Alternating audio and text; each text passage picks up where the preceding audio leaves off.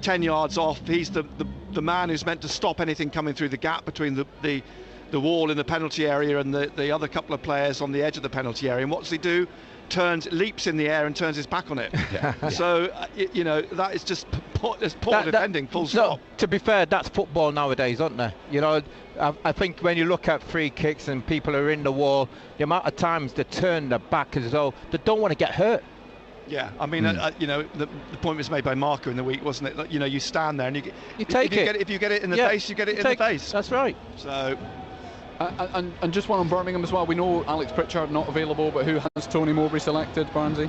Same team that beat Blackburn 1-0, Ruddy in goal, Dramé, Bielik, Mark Roberts and Laird, Dozzell, Pike, Tyler Roberts, I know there's going to be a Pike joke in there somewhere, Miyoshi, James and Jay Stansfield up front for Tony Mowbray. Yes, don't tell him, that sort of thing. Thank you very much indeed, Nick Barnes and Gary Bennett, for the moment then. Live on DAB Digital Radio and Freeview Channel 719 this afternoon, Birmingham against Sunderland. The build-ups for that one and for Newcastle's game will begin shortly, but first we go to non-league football. In the National League today, Gateshead, fresh from reaching the FA Trophy quarter-finals, are away at Wealdstone. It's a long old trip. I mentioned the mileage at the very start at 2 o'clock. It is a good 574-mile round trip. I mean, it'll not be a good 280-mile trip back if it's not gone well this afternoon. One bit of news, good news from Gateshead today as well. Mamadou Diop on loan. His loan has been extended until the end of the season. He's on loan from Cambridge United and he will be a Gateshead player until the end of the season. In National League North, a couple of derbies today. Blythe Spartans, on a bit of a rotten run, 3 defeats in their last 4, are away at Spennymoor, but South Shields are at home to Darlington. It's our featured game of the day and a derby for you, Paul Dixon, that will be played almost certainly in front of a very big crowd. I'm sure it will. Good afternoon, Colin. Yes, and the Darlington fans have made their way in already. I would say there's probably nearly 200 of them already in the ground, and the ground's starting to fill up. I mean, a big game for both clubs today. I mean, South Shields, who lost midweek, want to get back on winning ways, Colin. I mean, they haven't played for 3 weeks here, so the crowd will be looking forward to seeing them play, and I'm expecting a big crowd this afternoon. But Darlington, with Steve Watson as the manager, they've got to start winning the odd game or two to climb up the league, because they're in a difficult position at the minute, Colin. Yes, you're being kind by you saying they're in a difficult position. They are 9 points adrift from the relegation zone. They are second bottom, Bishop Stortford are bottom. But yeah, Darlington on a bit of a poor run as well.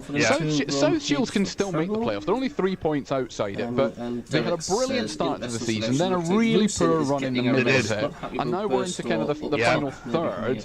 A bit of consistency, and South Shields can quite comfortably finish in the top 7. But consistency is not always the easiest thing to achieve.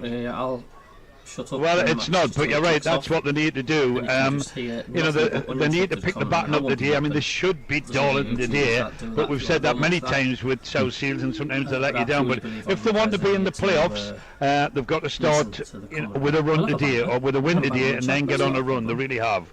And just one more, I want to ask you about Gateshead, because they're still going on 2 fronts. They fancy making the playoffs themselves as well, but are also now only 2 games away from Wembley, because a really good win at Hereford and a really good draw in the quarter-finals at home to Peterborough Sports as well. This is a chance.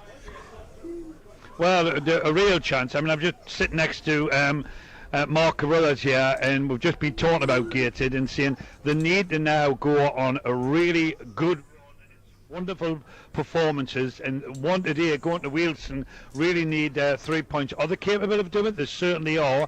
And then they've got the quarter-final of the trophy. There's a lot going for them, Colin, but they just need to, they need to do it, don't they? The fans are right behind them, and let's see if they can get in, the playoffs and get to Wembley, where they've got some unfinished business there.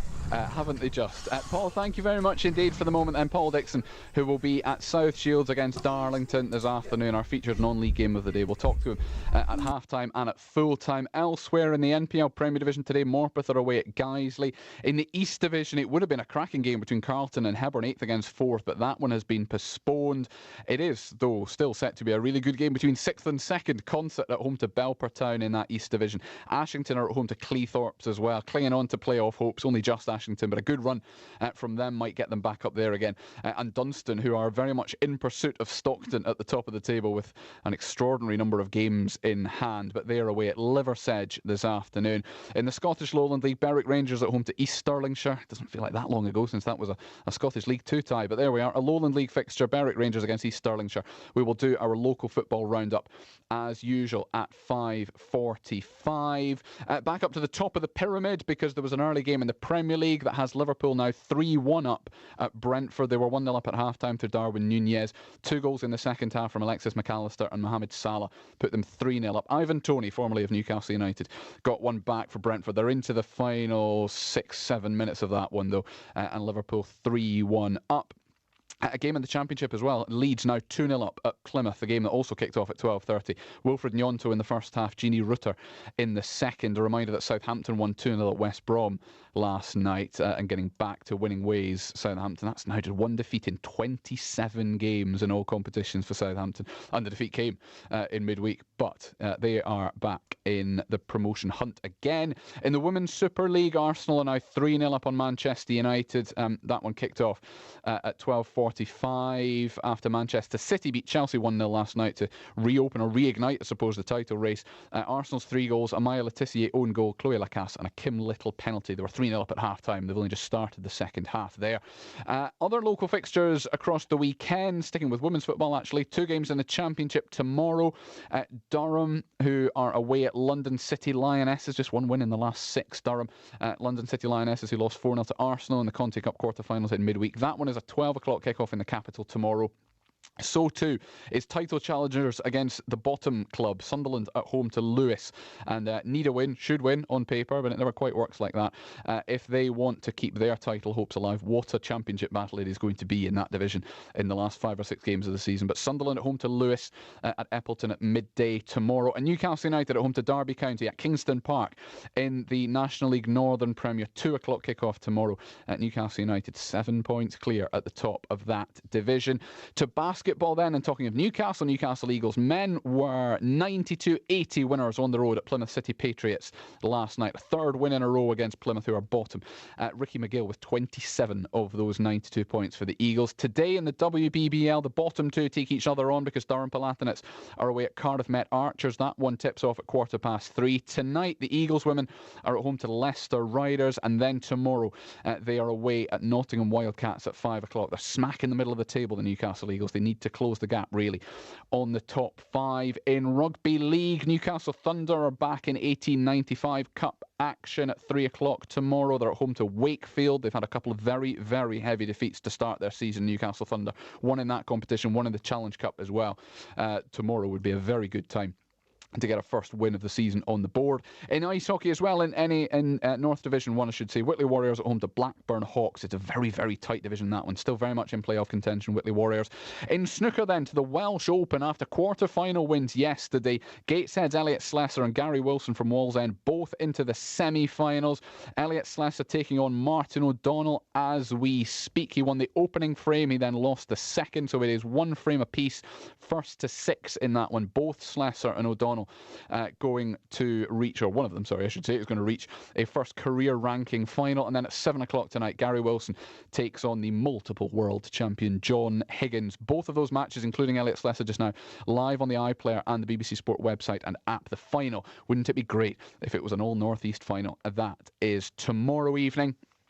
Nationally, or internationally, I suppose it is really, in cricket, England suffered a fairly dramatic collapse and then a spectacular Shashvi Jaiswal century. It was a topsy-turvy day 3 of the 3rd test against India. Our cricket correspondent Jonathan Agnew watched what turned into a pretty dire display in the end from the tourists in Rajkot. England's batsmen have produced 2 brilliant centuries in this series. Pope in the first test, and now this outstanding belligerent innings by Duckett. From the very start, he snatched the initiative from India's bowlers and scored at a tremendous rate. Rohit surely blundered in not bringing on Ashwin until Duckett was set, and the Indian captain could then only stand and watch as Duckett plundered his bowlers to finish with 133 from only 118 balls, including 21 fours and 2 sixes. After India added 119 for their last 5 wickets, with Wood finishing with 4, England lost Crawley for 15 and Pope 39. Despite Duckett's brilliance, they're still 238 runs behind and have a lot of batting to do to make sure they don't fall short of India's total. Indeed, Jonathan Agnew there reporting from the match in Rajkot. There's been another goal in the Premier League. Liverpool now 4-1 up at Brentford. Cody Gakpo in the 86th minute. So Liverpool are going to take all 3 points there. And then finally, in terms of sport news, it's the opening weekend of matches in Rugby League Super League. The former England international Sam Burgess takes charge of his first game as head coach of Warrington Wolves this evening. They are away in France to play the Catalan Dragons at 5:30. Today's other game, also at 5:30, is the reigning champions Wigan Warriors at home. Away to Castleford Tigers last night. We had a Total Sport listener. If you were listening to us last night, Pete Sixsmith, a regular contributor, Sunderland fan to Total Sport, was at Headingley last night to watch Leeds against Salford, and Leeds beat Salford by 22 points to 16 in their Super League game. But back to the 3 o'clock kickoffs this afternoon, because it's time for you to choose. If you want to listen to the build-up to and then commentary of Newcastle United against Bournemouth with Matthew Raisbeck and John Anderson, then you need to be listening on FM this afternoon. But if it's Nick Barnes and Gary Bennett's coverage of Sunderland's game at Birmingham that you're after, then you need to be listening on DAB Digital Radio or on Freeview Channel 719. It is time to take your pick. Matt Bailey at breakfast. Hi, it's Matt here from the BBC Radio Newcastle Breakfast Show, and now it's my time to try and bribe you into listening to our show next week. So here's Michelle, who got in touch and said something funny. I'm doing a bit of stripping. I'm getting some painting and decorating done. Right, oh yeah. I'm glad you clarified that, Michelle, because my mind went elsewhere, so let's move on from that. Yeah, filthy animal. To hear more people like Michelle having a bit of crack on the radio, make sure you're listening to me Monday morning from 6. Matt Bailey at breakfast. Back Monday morning from 6. BBC Radio Newcastle. Total Sport Northeast. The sound of Sunderland. Clark still going! Oh! What a goal that is! Let's go! Richard! Clark onto his right foot! Oh! Yeah! What a goal that is, by the way! Jack Clark smashes it into the corner! Great sport kicks off here. BBC Radio Newcastle. And welcome back to the revamped St Andrews. More about that in just a moment. We'll give you the teams. Firstly, if you missed it earlier, Sunderland have made a couple of changes. Patterson in goal, Hume, Ballard, O'Nien and Hjelde is the back four. Neil and Ekwa in midfield. Mundell starts this afternoon. Jobe back in his hometown at his former club. Clark and Burstow up front this afternoon. The benches: Bishop, Pembele, Hamir, Rusin, Aushish, Sealt, Barr, Rigg and Caden Kelly. Birmingham City unchanged from the team that beat Blackburn 1-0 in the week. John Ruddy in goal, Cody Drame right back on loan from Leeds United, Christian Bielik, the Polish international, Mark Roberts and Ethan Laird left back, Andre Dazelle, who's on loan from Queen's Park Rangers, the son of Jason Dazelle, of course. Paik Sung-hyo, the South Korean international, signed in the January window. Tyler Roberts, Koji Miyoshi, Japanese international, and Jordan James. Up front is Jay Stansfield on loan from Fulham. Benno's alongside me, of course. The stadium is going to host a sellout crowd, 25,000 plus for the first time in 5 years, largely because they've been making changes here. Away to our left, the lower half of the end to our left is now a standing zone. I mean, there are seats. Ironically, a lot of people are sitting at the moment, but it is actually designated a standing zone behind the goal. And what it is there are barriers in front of rows of seats, so you can sit or you can stand. The choice is yours. I mean, ironically, the away end is all seated. It's not a standing area, but are you telling me that all the Sunderland fans will be sitting this afternoon? They won't be sitting, they'll be standing, but just walking in here this afternoon, we ourselves can see the huge improvement, and that's basically changing. Basically, it's not going to happen because the players themselves who's playing in the team, each week they're looking and it's a different type of centre forward they're playing with. I mean, Michael Beale's argument, I'm sure, will be that Rusin needs a rest. Does he? I mean, I thought, he was it was not his fault on Wednesday night. he, as ever, worked tirelessly. He didn't play the whole 90. I suspect he might be sitting down thinking, oh, hang on a minute, what's going on here? Yeah. And again, needing a rest. How many games has he played? 2? Not many full games. He hasn't played many full games. He's played about 2 or 3 games. And the big thing for me when you talk about, we were talking about rotation a few seasons ago. A lot of clubs were rotating the team because players needed rest. I said, but there were certain players who played every single game. If you ask Rusyn, are you tired? Do you want to play? He would want to play. Now, when you talk about tiredness or fatigue or players who want a rest, I tell you what, there's one player who jumps out at you straight away in the Sunderland team. Joe. Thank you. So, what's the difference? He had a rest last week. Oh, he had a rest last week. So, what's the difference? Tell me. You know what I mean? Okay, I'm not just pointing out him, but he's a young lad. It's his first, I would say, his first full season where he's played that many games. He's going to catch up with you. Now, if, from the outside looking in, you're going to be, we would say that he needs a break. He needs a rest. How you doing, lads? We look at the team on Wednesday night, we weren't firing, but one thing which did hit us is that we looked leggy. We did look tired.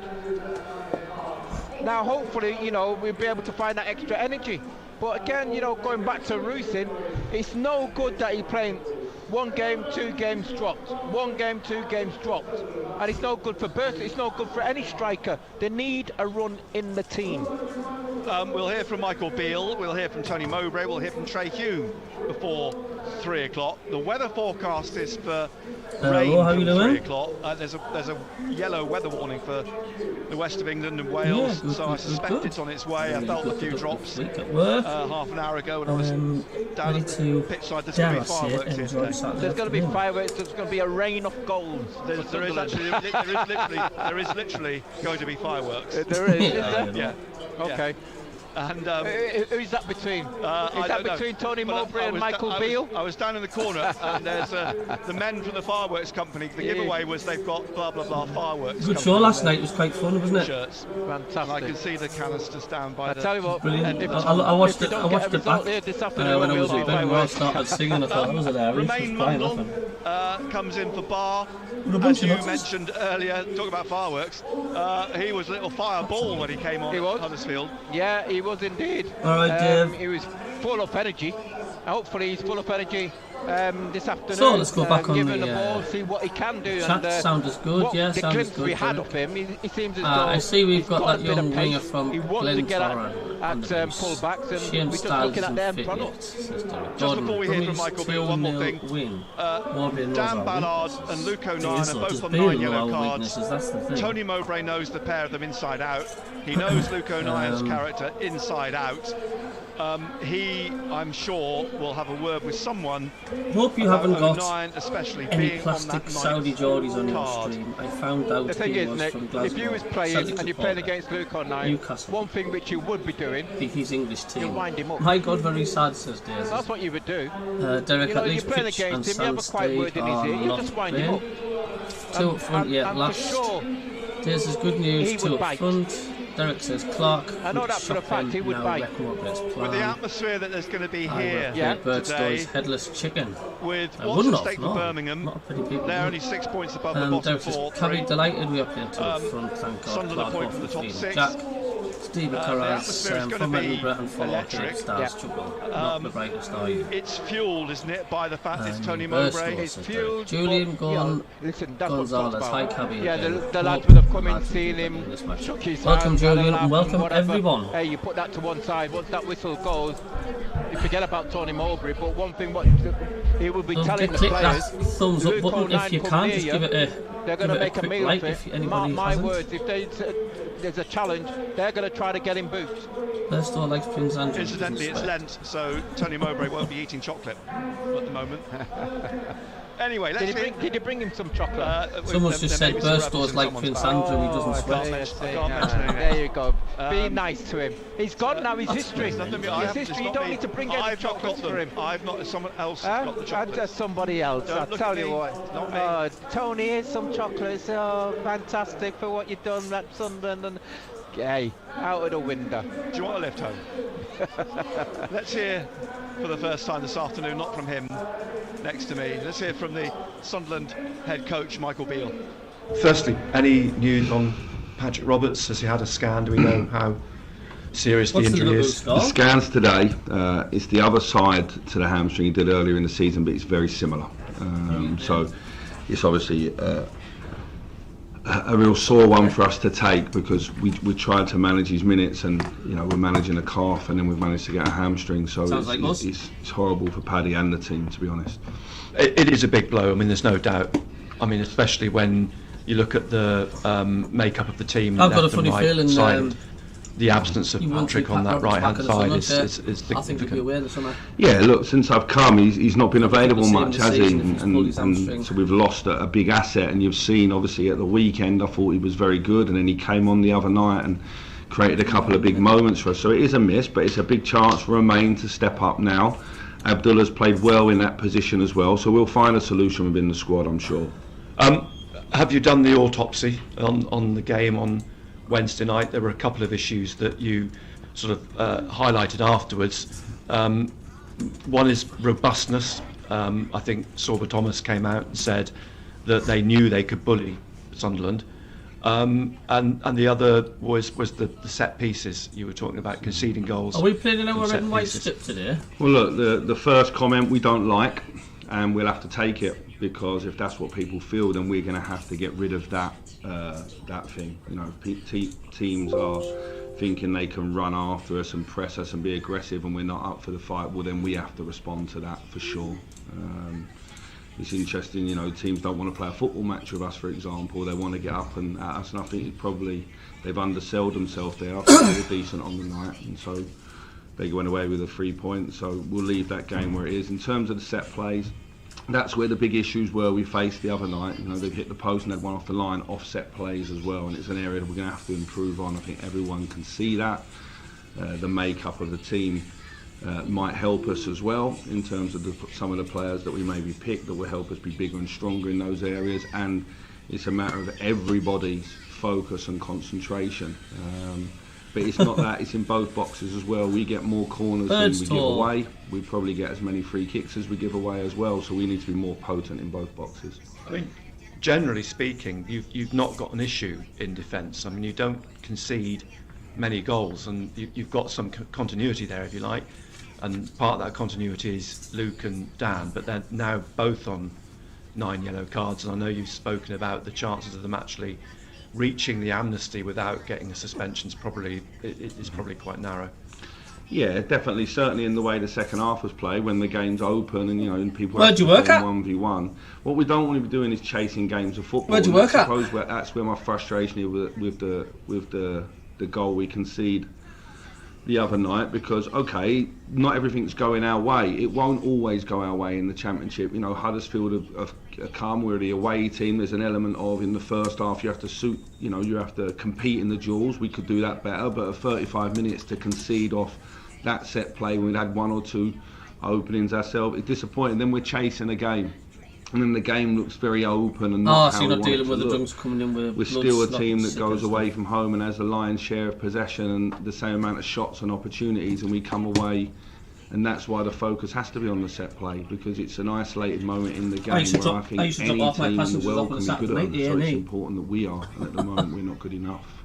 Are you comfortable as well with that balance of being predominantly left-sided when in terms of setting up the team? Well, look, we have to work on our right side. We lost our main starter, if you like, but then for Abdullah and for Romain, that's a big opportunity, if you like, and We've scored a few goals down that side of late. Obviously, Abdullah's been in decent enough form. So we have to find a solution with the players we've got. I think we've got enough talent in the room. I think we're at a stage of the season where naturally there'll be some doubts, because there's 5 teams within 1 point of each other. So there's 5 coaches probably feeling the same at the moment. Results are not going perfect for anybody. What's important is that we find the resilience that we need, the mental stamina that we need, but we don't go into the games feeling down or too high from the previous game. We have to reset. It will be a different problem for us to solve this weekend. We're looking forward to going down to Birmingham for this game and showing a response, and that's our focus now. And we need to get to the March international break. I had a laugh. I did a shooting chance, and then after that, prediction video after the simulated match from FIFA, in time, FIFA it's not a moment for panic. Birmingham versus Sunderland, and Alan take a deep breath. There's some areas we can improve in. I still would prefer to be Sunderland manager than the it's manager on my YouTube channel. It's hilarious. It was like I couldn't believe how I was only like a 5 minute each half. I didn't do it as long as last time. It was far too long. But I was pissing myself. I just couldn't believe how real it was for Sunderland. It was Sunderland. Total Sport North East. Whenever Newcastle and Sunderland play at the same time, you'll find our black and white commentary on FM and our red and white commentary on DAB and Freeview, channel 719. BBC Radio Newcastle. We'll hear some more from Michael Beale before kick-off. We'll hear from Trey Hume in a moment. If you're having trouble sleeping this week, Benno and I recorded a podcast coming back from Huddersfield. So we could get back in the playoffs today if fall goes our way, then, if we win. Worth a listen, isn't it? We had a lot to discuss. We did. We had a lot to talk about. Sunderland till I die. We did, indeed. Huddersfield Town. Did we look ahead to the game? Coventry are. We might have touched on it. Seems like a long time ago now. Yes. You can find that on the BBC Sounds app or on your laptop or computer or wherever you get your podcasts from. This week's episode of the Sunderland AFC podcast. So that's something to look forward to, something to listen to. Have you got the stream or not? Have you got the stream or not? Or whenever. Ashley Cole is still here as one of the Birmingham City coaches. John O'Shea is left. Ashley Cole's out in the centre. You should get a fire stick with on the Birmingham players, Sunderland's players out away to our right-hand side, the Sunderland fans in the railway end away to our right, the sort of city centre end of St Andrews. Michael Beale talked about the balance in the team. I wonder if Mundell's going to provide a lot more peaceful now, isn't it, since Jacobs It'll be interesting. I think they're different types of players. I think what we've seen of Mundell. Hello, Jacob. You all right, son? He likes. Can you add Jacob in? He brings a lot to the team. He likes to get at people. Where you look at Barry's more sort of a technical step overs. Again, he gets himself into good positions, but his final ball sometimes lets him down. His decision making lets him down, and of course, we was listening to Michael Beale before in regards of where Sunderland are, and especially at the end of March. We're talking March the 23rd. He expects us, hopes that we're still in touch. To still be in touch, Nick. We've got to win games. It's no good drawing games now. We've seen teams like Southampton, for instance, last night winning, Leeds this afternoon winning. All these teams around us are putting runs together. At work again today, and if we want to be in that pack, I played Brum, VSFC and Soccer Manager. You've got to be positive. You've got to be coming to places like Birmingham City, and you've got to be coming away with 3 points. Yes, can you actually watch the full match a draw, a point will on Soccer Manager? But at this present moment in time and where we are, for me, I don't think a point's good enough. I agree with you. I had this argument with Marco on Total Sport on Wednesday night. I felt they had to win at Huddersfield. Yeah. And doubly so, I think they have to win here, and I think they have to beat Swansea next week. Yeah, that's right. And what happens is there's a build-up of pressure. Because you don't win at Huddersfield, all of a sudden there's pressure on the next game. If you don't get something there, there's more pressure when you're going to play Swansea City at home. You start talking that you've got to start winning all your home games if you want to finish in the pack. And just on Barr and Mundell, Barr to me is not a winger. I mean, I think his preferred position is as an 8 or a 6, not as a winger. Well, what has he come as? We spoke about Ashish on the way here. All of a sudden, is non-existent. You know, he's a player who I think he's got technical ability. I think he can do well, but he's not getting a chance. He's not getting the opportunity. I don't know why, but he's not getting a run in the team. Perfect, mate. No, it's not. I think the answer lies in what happened at Ipswich. And again, you know, you look at what happened at Ipswich. But saying that, you know, it's down to man management, isn't it? Okay, he had a couple of opportunities to win the game, to get us back, but it didn't happen. You know, these things happen, but just to throw him to one side and basically forget about him, you know, somewhere along the line he's going to be called upon. Yeah, he's going to be needed. It wasn't very good on Wednesday night. After the game, I caught up with right back Trey Hume. Trey, tough one to take tonight, and probably more so because just at the end of the game you probably thought you'd scored and somehow the keeper got a fingertip to the ball. Yeah, it's a tough one to take. You know, I thought first half as a team we weren't good enough. Conceded another sloppy goal from an our set play, which we need to start working on a bit better and more closely, even though we have been doing that, but it still seems to keep on happening. And you know, the chance at the end, you know, by the time I got there I was knackered. I've ran the whole way from my box to their box, and you know, I didn't think the keeper was that close, so I probably would have dinked it, so I tried to place it, and you know, he's just touched on it. I thought at half time, you know, it was that situation where you've gone a goal down, but you've been coming back from going a goal down in the last couple of games. Felt that second half you probably muster like you did on Saturday, but it just became this sort of free-for-all, didn't it? It's just everything lost its shape. Yeah, you know, we had to go for it. You know, we wanted to come here and get 3 points, and you know, we had to take that risk of pushing more players forward and leaving us a wee bit more fun up back. So obviously we didn't get our goals and we didn't concede in the second half, so maybe it was risk or reward, and we couldn't seem to get the reward in the end. How do you feel now then, going back to the right side as well? I think Michael Beale said you're 10% better than you are on the left side playing right back. Yeah, it's just more comfortable being on my right foot and, you know, coming down the line and maybe being able to put in more crosses than I can on the left, and maybe linking up a bit better because, you know, it's my preferred side, but I'll happily play wherever for the team. You know, I've always said that, so it doesn't matter where I play, I'll do my best. You can always talk about what ifs. If you won, you could have been 2 points clear in 6th place. As it is, you're 10th, but there's a point between 5 or 6 clubs. Yeah, it's, you know, it's not ideal not coming here and getting 3 points. That's what we wanted, but you know, it's still tight. You know, there's still games to play for, and we still have a lot of top teams to play. So if we can keep on, you know, trying to get points as much as we can and get points off the bigger teams that are close to us, you know, that's what we're going to try and do, and I'll put us in good stead. Big one at the weekend. Yeah, big one at the weekend. We need to win. Total Sport North East. On the station with Newcastle and Sunderland commentary exclusively live. BBC Radio Newcastle. Well, they're pumping out the tunes here, and they're just moving the firework canisters out onto the pitch for when the teams arrive in 10 minutes' time. You're looking forward to the fireworks. I am looking forward to the fireworks. More than anything else, they warm you up, don't they? You get that burst of warmth, don't you, when they are lit. Although if the rain arrives, it might put them out. Yeah, well, in a few months' time, you know, for me, you know, the amount of times we've been at this stadium and it's looked a little bit too shabby, gloomy. I think today it looks really, really bright, especially seeing the spectators over in that far stand as well, and having 25,000 here. It's going to be a tremendous atmosphere. Yeah, new owners, the American owners, of course, and they've obviously put money into the infrastructure. Tony Mowbray feels that he's got backing as well. He feels confident about Birmingham City survival and pressing on, and feels he'll be backed in the summer in the transfer window as well. Let's hear from Tony Mowbray. The people of Sunderland were amazing to me, considering I lived and played football for 12 years, managed for 3 years the team 30 miles down the road, which were big rivals.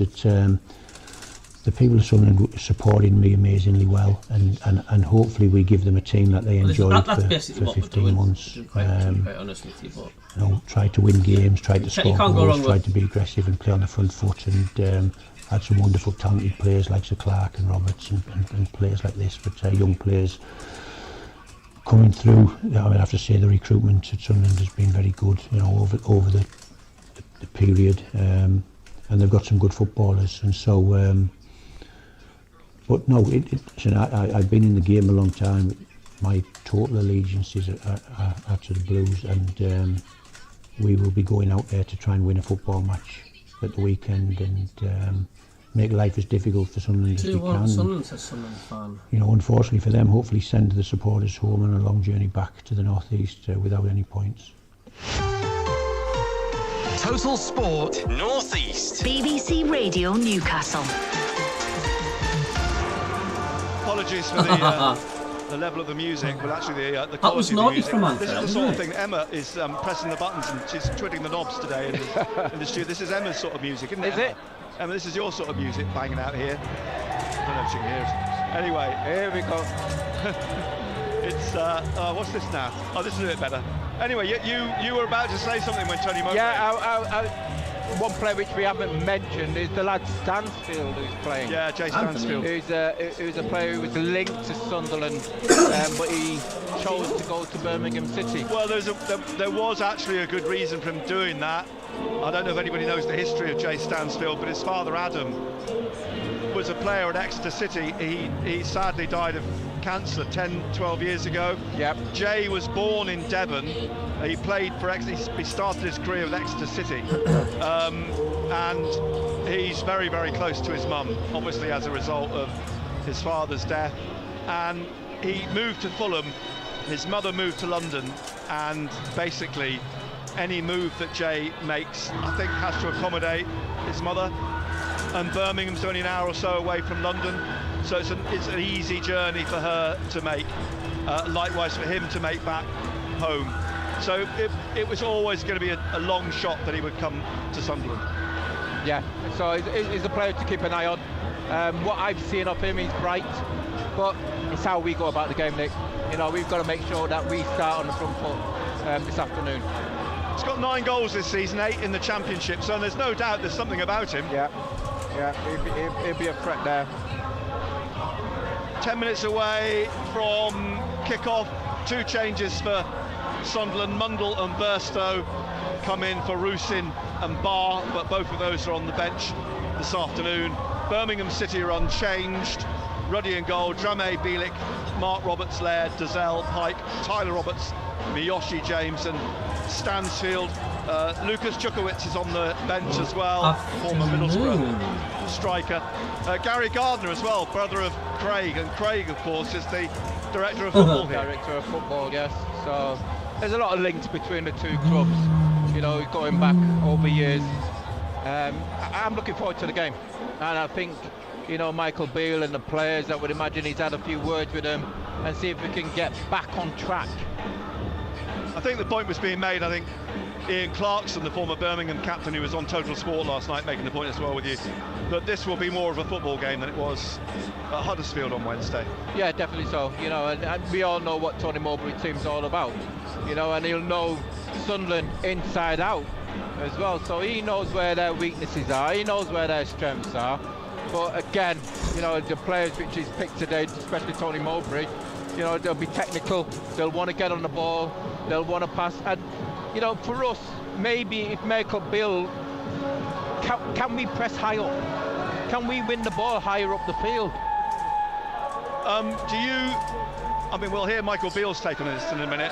Do you think it's an advantage to Birmingham that Tony Mowbray knows the Sunderland players so well? Yeah, he'll know the ins and outs of them, but you know, I think it's up to the players themselves to, you know, prove, not just to themselves, not to Michael Beale, but also to Tony Mowbray that, yeah, we are good players. Tony Mowbray won't be wrong what they're good at. So look, go out there, and I always keep saying, go and express yourself. You know, you never know who's watching you. Go and express yourself. Go out and enjoy the game. But to do that, you've got to win your individual battles first. And you know, for me at times, I think, especially the likes of Ekwa, he's a big lad. He needs to go out there and stamp his authority. Joe Bellingham is a big lad. Go out there and stamp your authority on the game. You know, sometimes it looks as though we're just going through the motions. It's certainly building up for an atmosphere at kick-off here this afternoon. The rain, I think, is starting to drift in. I can just see it in the air. It's sort of misty rain blowing around. And there's nothing like a little bit of ELO. Birmingham band, of course. Plus the reason it's played here at St Andrews. Let's hear some more then ahead of kick-off from the Sunderland head coach Michael Beale. You talk about looking forward to going to Birmingham. Of course, there's another storyline that runs parallel to the football, and that's Tony Mowbray's there, and he'll have something to prove. Birmingham need the win because they're fighting, relegation, bluntly, and you need the win because you want to get into the top 6. It's a potent mix. Yeah, look, firstly, I don't think Tony has anything to prove to the Sunderland fans or the people here. I think that our fans will show their class. He didn't get a chance to say goodbye either, so that's natural. And then we'll play the game. And with Sunderland versus Birmingham, it's a big game. So I think the niceties, and which I think should happen as well before the game, will definitely happen. And it's about us going there and getting a result. I think every team in this league's got something to play for. And again, the league's relentless. We've got one or two lads who are a bit sore. We need to check on one or two this morning in terms of selection, and so that will give opportunities to one or two others maybe. It's going to be a squad game when you play 3 games in a week and have the travels that we had. So look, it's not a time for us to be down or debate the last game anymore. That last game's gone. We can only respond on Saturday afternoon with a stronger away performance than we showed on Wednesday. Are you mindful as well? We talked about this with the Newcastle game. The players have got to play the match and take their eye off what's happening around the game, because there have been occasions, Newcastle was one example, where I think the occasion got to the team, and you can't allow that to happen now, the position that you're in. No, we just got to play every 3 points. We can't look too far ahead. You're right in saying that. Our mentality's got to be one game at a time, and if we take care of our results, then the rest of the league will help us out, I'm sure, because we don't want to be relying on anybody else. Where we are now, there's 5 teams in the mix for maybe 1, stroke 2 if we can pull West Brom back down. There's a lot of football to be played.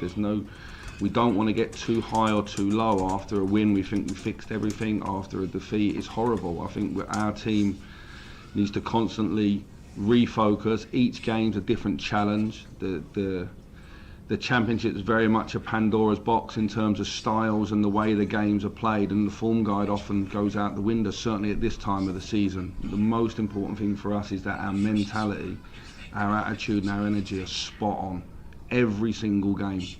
And it's not always going to go our way, in terms of the balance of possession and the balance of the way the games go. It's not going to go our way, but we need to find ways of winning more football matches and going on a run. It's clear that at some stage we're going to have to go on a run if we're going to make the playoffs. Yep, the point I was going to make as well there, you just sort of touched on it, the way that Birmingham will play. Tony knows your players inside out. I mean, is that an advantage from his perspective? I think we'll find out after the game. Obviously, it's clear that he knows our players. Maybe there'll be 1 or 2 playing that they have a point to prove to him as well. You don't know these things in football. It's the lovely things that happen. What I would say is there's a lot of respect for Tony Mowbray here at Sunderland, and I think the fans will show that, and the players will show that to him and the staff that worked with him before the game, and then it'll be a right ding-dong battle, I'm sure. It's going to be a ding-dong afternoon, I think, on the terraces as well. I mean, are you expecting a warm welcome, being a former Aston Villa coach? Possibly, but they're trying to sell out the stadium to make an atmosphere, which gives you the idea of importance it is for them. We've got some extra tickets out of them, and we'll sell out we'll do our part as well. I think we have to find whatever problem Birmingham give us, we have to find an answer to at the weekend. I think it'll be a football game. I think that's for sure. There's 3 or 4 players in their squad that I've worked with before that are really good technical players, so I'm expecting Birmingham to improve week in, week out with the players they've got and the coaching staff. Total Sport North East. Nick Barnes and Gary Bennett, MBE. BBC Radio Newcastle. Well, quite a display as the teams come from the tunnel away in the corner to our right. Bursts of flames, fireworks, and the players in the middle of it all, strolling up to the halfway line and lining up. Sunderland will be in their red and white stripes, black shorts and red socks, and Birmingham City will be all blue, of course, and Anthony Paston will be wearing his yellow goalkeeping kit. Certainly an atmosphere. Definitely so, Nick. As I said, before a ball's being kicked, there's been lots of fireworks set off. Yes, let's just see what fireworks there are afterwards. I can smell them now as the smoke from the fireworks that were released on the far side drifts across St Andrews, and away to our right, several thousand Sunderland fans behind the goal to our right in the two-tiered railway end here at St Andrews. Patterson in goal, Hume, Ballard, O'Nien and Hjelde, Neil, Ekwa, Mundell, Jobe and Clark, with Burstow up front is Sunderland's starting 11. Birmingham's Ruddy, Dramé, Bielik, Mark Roberts, Laird, Dazelle, Pike, Tyler Roberts, Miyoshi, James and Stansfield up front for Birmingham City, who are going through a drill at the edge of their penalty area to get their hearts pumping as a great big Birmingham City flag is gradually being manoeuvred across the top of the stand away to our left, which the lower half now is designated a safe standing area. And we're underway. Jay Stansfield just pushing the ball back into the Birmingham City half in the middle. It's played up towards Pike, the South Korean international, and black to goalkeeper John Ruddy, who's all in, well, black and grey, which strikes me as slightly unusual, bearing in mind the referee's all in black as well. Yeah. I'm not quite sure. I think it's deemed okay by the authorities, but it'd be interesting, isn't it? It is. I would have a concern about it, but there you go. The game is underway, and the referee's in black and John Ruddy's in black, and it's a throw to Birmingham City. Pike on the far side, Pike Sung-ho, it's back to Mark Roberts. He's tried to play it out wide on the left, but it's swept away past Ethan Laird, out for a throw to Sunderland. Halfway inside the Sunderland half on the right, Hume takes it, finds Ekwa. Hume gets the ball back. He's played it a little bit heavy, back to O'Nien, it's a corner. That's a sloppy start by Hume. It was. You know, that's twice. His first pass went out of play, and the second one's gone out for a corner kick. So immediately under pressure, a minute into the game, minute and a half into the game, a corner to Birmingham City. Pike's going to take it over on that far side in front of the Sunderland fans on that. This is where you got rising stand. Set piece, Nick. This is where you got to be tight. Look, yeah, immediately being tested. Yeah, Tony Mowbray knows that as well. Here from the left, a break in the box by the Blues attackers, and it's headed down and back out here to Miyoshi, who's brought it down on his right foot. It curls up off Hume's foot. It's a shot is headed away by Ballard eventually, and out on the left-hand side. It's put out by Hume for another throw to Birmingham City. I wouldn't say that was a confident clearance. It wasn't at all. But straight away, you know, Tony Mowbray knows set pieces where he can cause problems. Yeah, Kone Dramé with a throw. It comes back to Christian Bielik. Across on the far side to Laird. He's broken into the Sunderland half. He's getting away from Mundell. Goes down at the corner of the penalty area. Referee's right on the spot. It was never a foul. Went down far too easily, but Pike's got the ball down the left here now. It's swept in by James, looking for Miyoshi. He's managed to hold off Hjelde. Dramé bursts in down the right, tries a back heel, and Clark tries to bring it out, but it's ricocheted off Miyoshi, the Japanese international, for a throw to Sunderland, which Hjelde will take a few feet from the corner flag on the left-hand side. So 25,000 plus here this afternoon. First time they've had a crowd as big as this in over 5 years. Lots of redevelopments taking place in the ground over the last few months, including that safe standing area to our left. The ball headed away by Mark Roberts, headed on by Tyler Roberts, but Luke O'Nien hooks it away back into the Birmingham City half and away for a throw to Birmingham on their left. With 3 minutes in, it's 0-0. Live on BBC Radio Newcastle.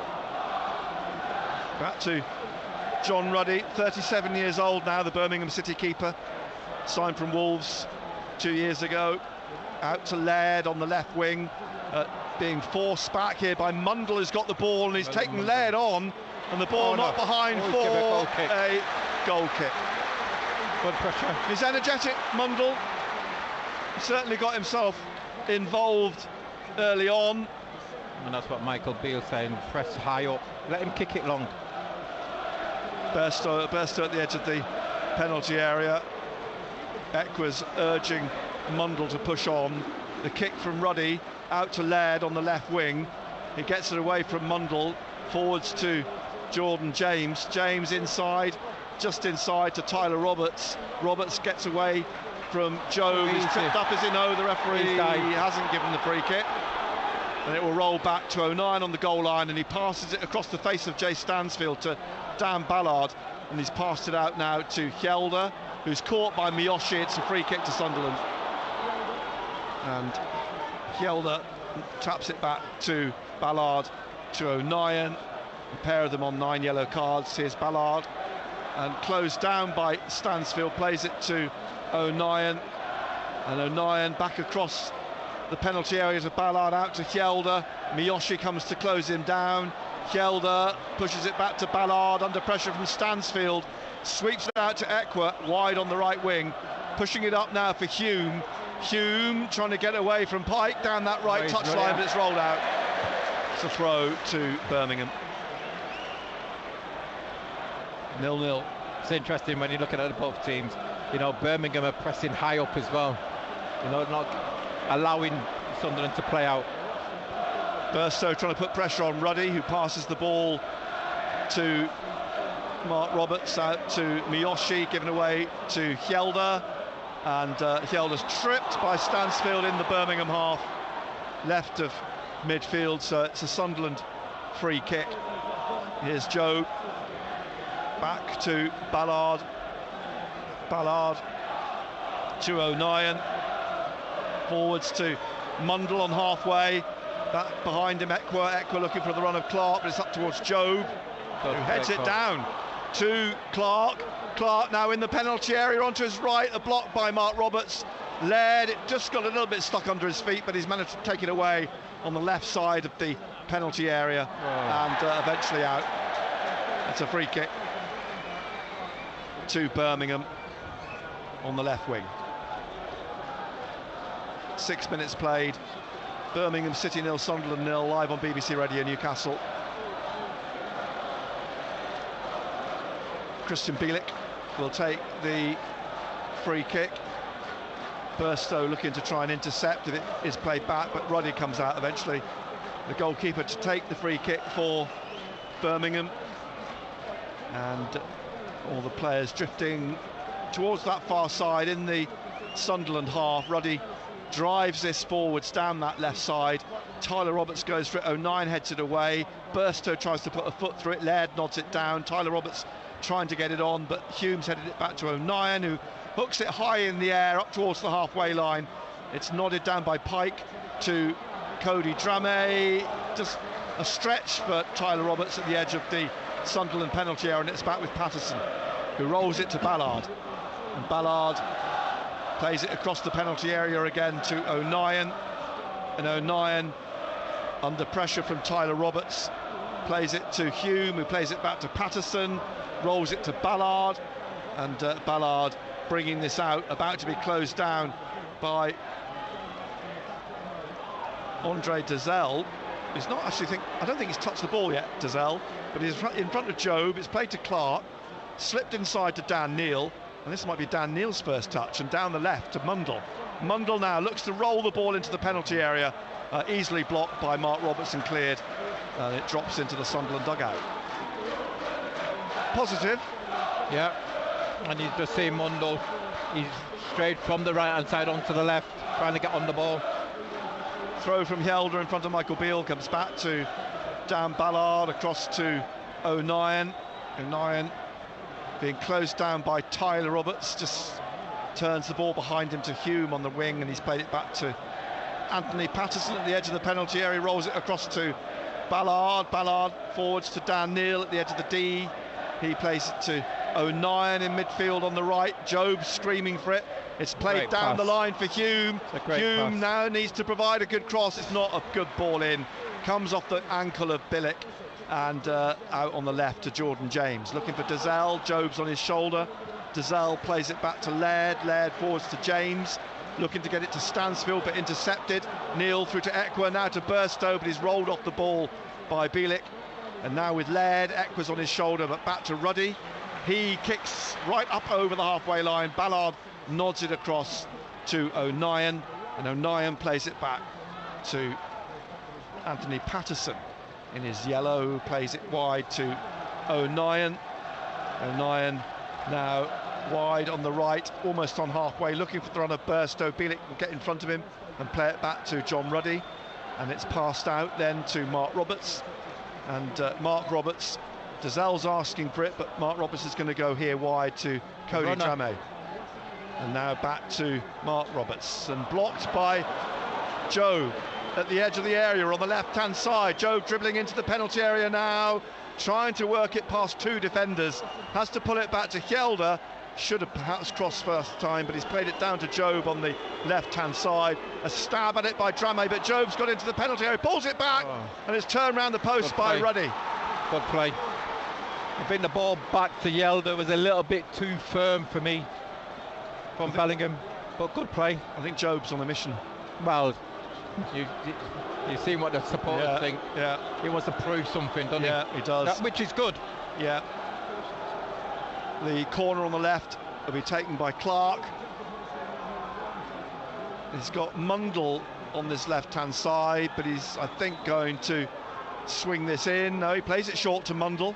And Mundle now, he's passed it back to Clark. He's played it to Ekwa in the middle. Ekwa will shoot, but look at, he's not even set bar. Right to take a shot.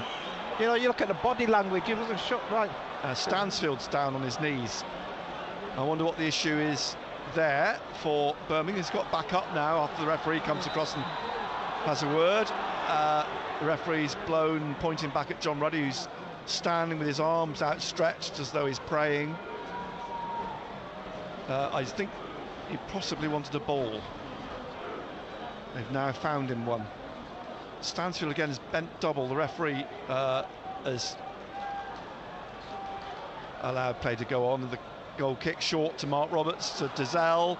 Job to close him down. It's played out to Tyler Roberts. Then out to Laird on the touchline. Hume makes the challenge, gives away the throw.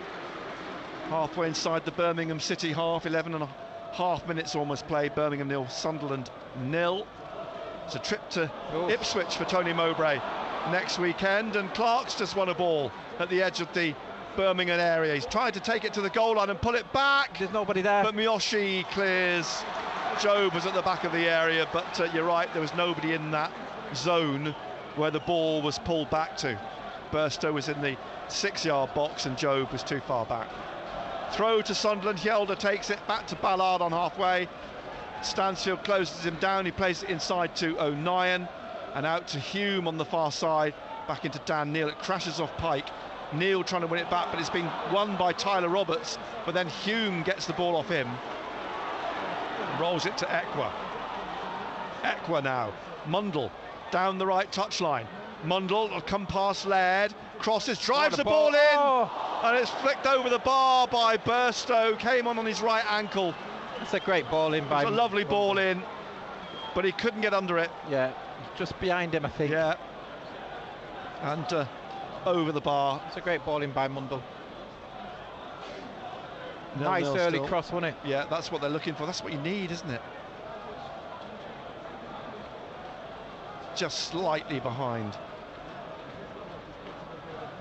Burstow.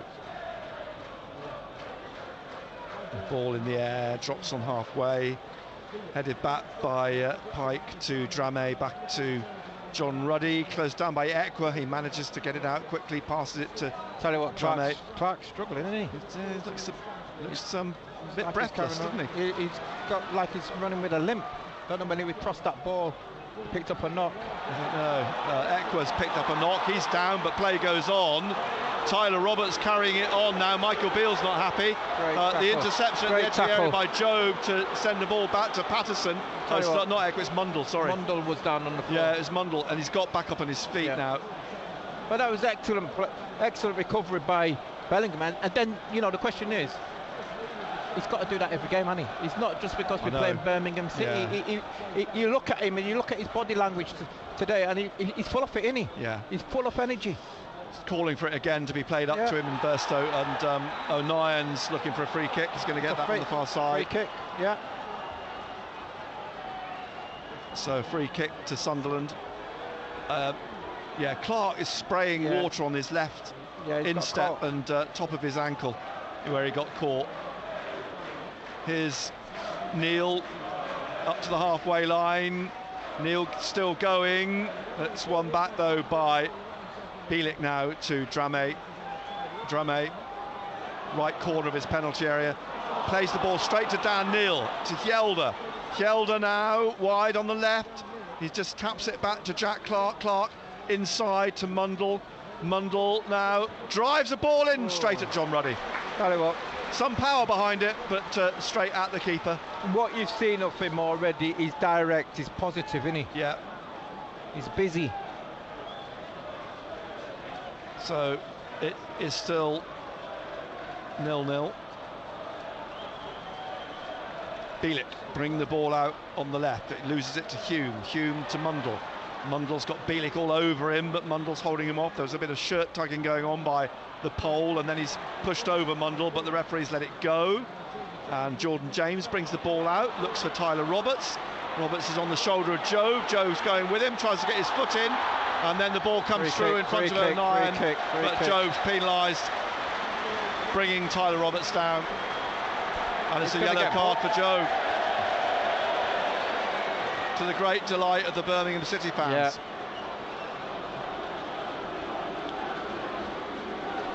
Over enthusiastic, isn't he? Yeah, I think that's. You just want to calm down. That's a result of what we've been talking about. The atmosphere, isn't he? Yeah.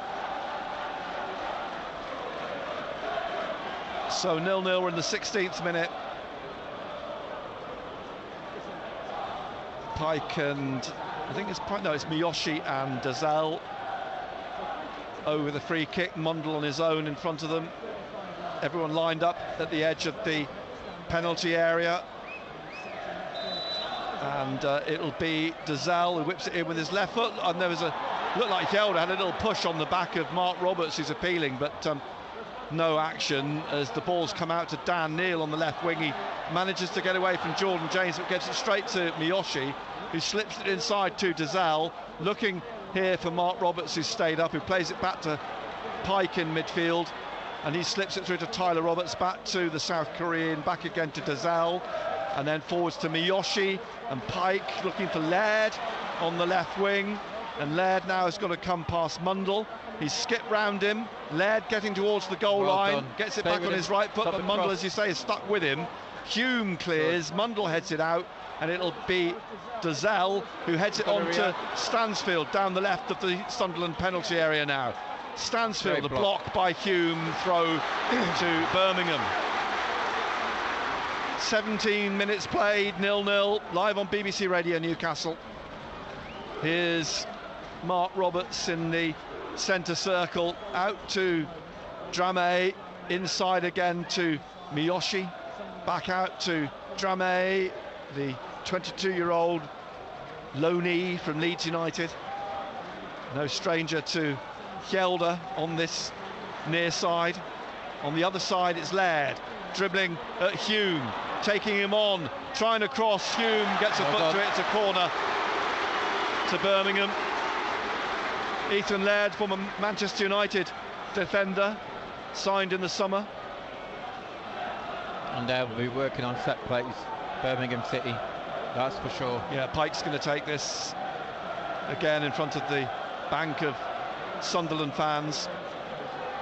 We've got to make sure we're strong here, no free headers.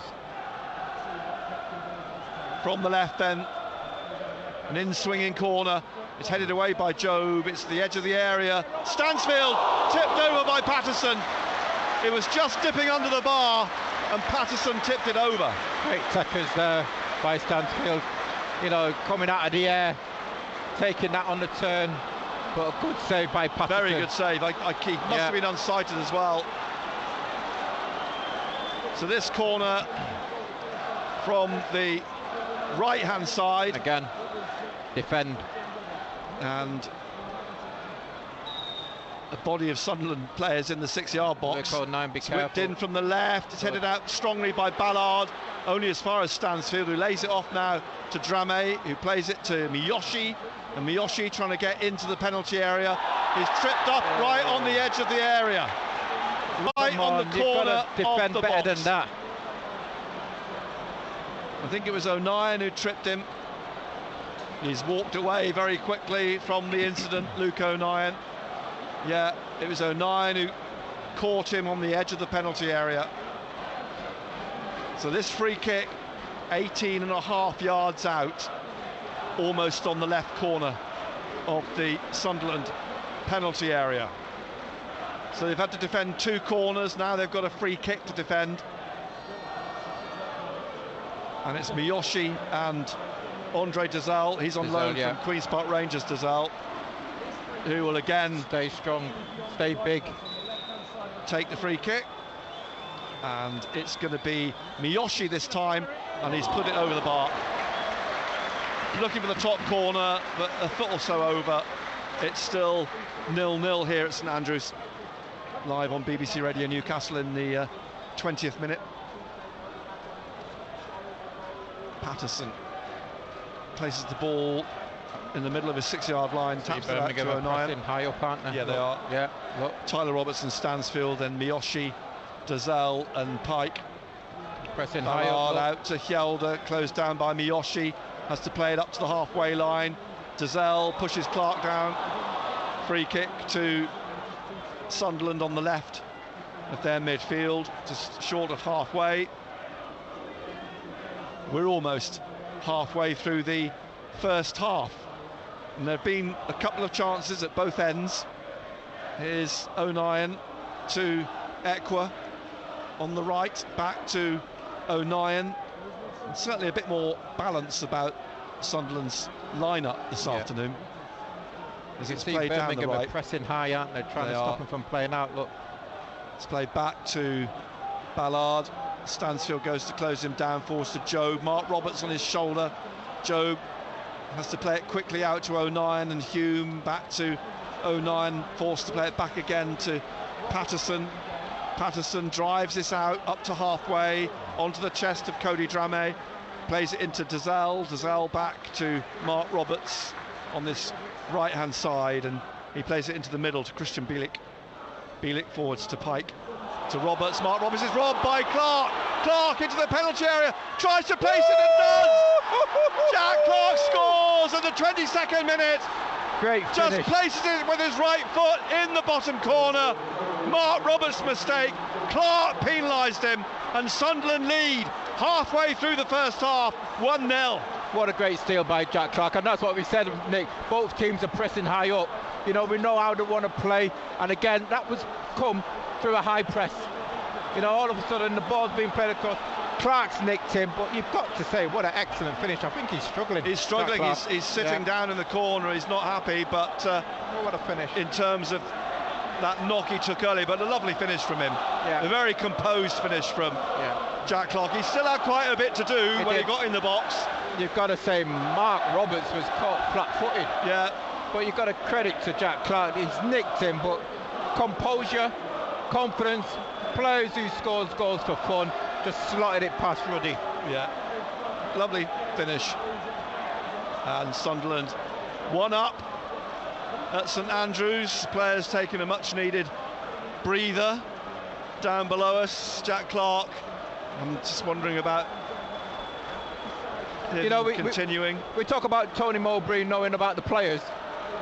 The players know about Tony Mowbray. Yeah, they do. Yeah, they do. And you know, it's one of them, like a chess game, innit? You know, we've seen Birmingham pressing high on Sunderland. but also from the other side, Michael Beale is pressing high on Birmingham City, and we've got our rewards. Jack Clark coming back down the touchline here, his 15th goal of the season. I think he's okay.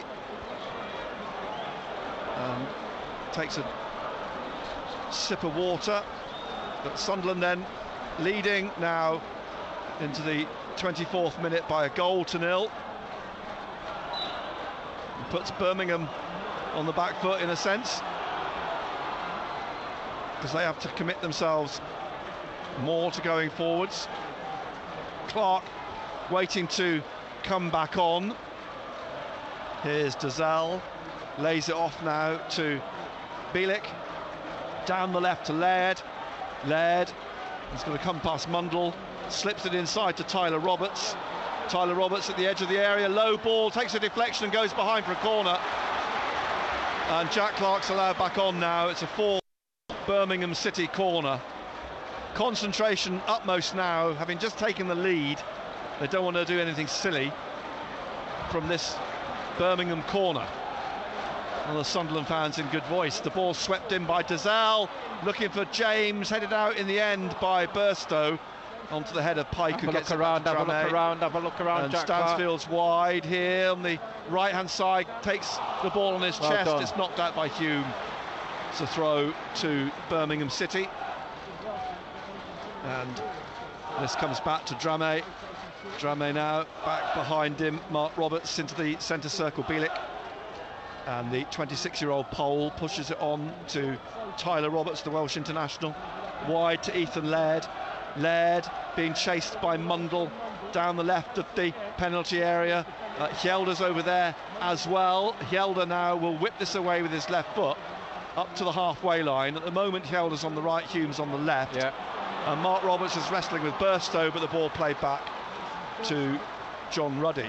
It looks like for the moment they're going to stay that way. Yeah, until the ball goes out, I would imagine, Nick. Dozzell up to the halfway line, leaves it for James. Jordan James, another Welsh international. Back comes to Mark Roberts, up to the halfway line. Miyoshi trying to make a break here away from Jobe. He's pushed it on, trying to get past Hume. Hume gets in front of him and lets the ball roll out for a throw to Sunderland. Well done, they'll swap over left. now. Here you go, yeah, there's the swap over. Hume going back to the right, Hjelde coming back here. They exchange a quick pat of the hands, and Hjelde coming down to take this throw for Sunderland on the left in the 26th minute. Birmingham City 0, Sunderland 1, live on BBC Radio Newcastle. Hjelde then with this throw down the line, comes off the back of Dramé, out for a throw to Sunderland on the left-hand side. Hull City leading at Huddersfield Town this afternoon, one of the other teams involved in the hunt for 6th place. Ballard to O'Nien. He sweeps it up, looking for Mundle there, gets in front of him. Mundle picks himself up off the floor. It rolls back to John Ruddy at the corner of the Birmingham City penalty area. Norwich trailing at home to Cardiff 1-0, one of the other teams involved at the top end of the table, just outside the playoff positions. Pike turning Ekwa, gets it back to Bielik, wide, he plays it back to John Ruddy, being closed down by Burstow. He gets it to Mark Roberts. Roberts bringing this out, driving it up, looking for Stansfield. It is swept right through. Yeah. You know, in games like this, you identify players who are comfortable on the ball and who are not. And I would say Roberts is not comfortable on the ball. Well, he got caught, and it was costly from a Birmingham perspective. Dozzell through the legs of the referee to Miyoshi, looking for the run of Tyler Roberts. It's a good ball. Roberts running onto it down the left of the penalty area. He's got two in front of him now, O'Nien, and Hume pushes it back behind to Pike, who rolls it down to the corner. James crosses, looking for Miyoshi, but Hjelde got above him and heads it back to Patterson. It was a strange header, that. It sort of almost looked like he was trying to loop it over Patterson. Threepence. Well, he got his head to it and got it back to Patterson. What is That's a threepence?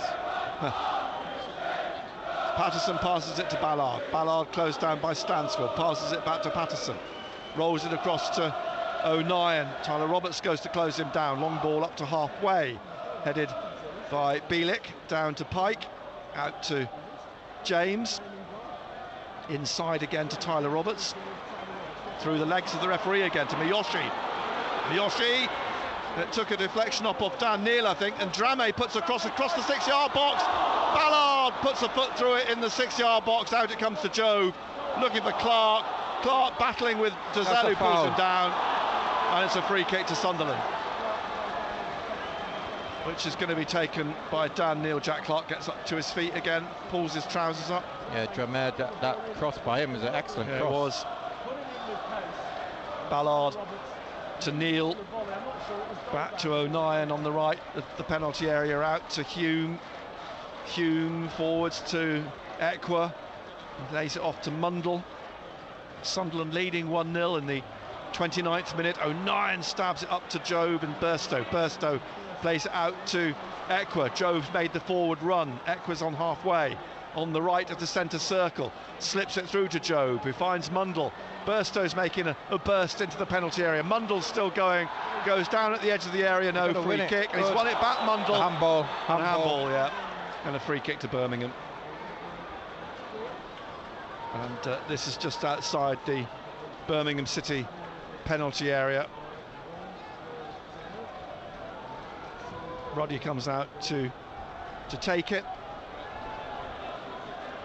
He's very demonstrative, John Ruddy. Nobody wants the ball, you see, he's got to go long. He's driving it up through the middle.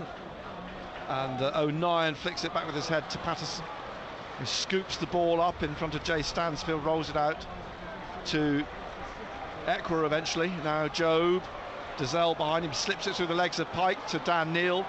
Neal up towards the halfway line, James tries to tackle him. Neal slips it down the touchline to Hume. Hume back to Dan Neal. Inside to Jobe, Jobe back to O'Nien, forwards to Jobe again, in the centre circle, back to Ballard, and Ballard then to Hjelde, and his ball floats up past Ekwa, back to John Ruddy. Bowls it out, through the middle, it's swept past Dozel. Ballard puts it through to Ekwa, onto the chest of Burstow, brings it down on his right, trying to shoot, blocked by Bielik. Throw to Sunderland on the far side. He always had it in his mind to shoot, you could tell as soon as he pulled the ball down. He was just looking for the gap. Bielik closed it down. Throw then to Sunderland, who lead 1-0. Into the last quarter hour of the first half. Ekwa wrestling Pike, leaning into him. He holds Pike off and then slips it to Mundle, and back out on the touchline, out for a throw to Sunderland. Ekwa's going to leave this for Hume to take. Back it goes down the touchline to O'Nien.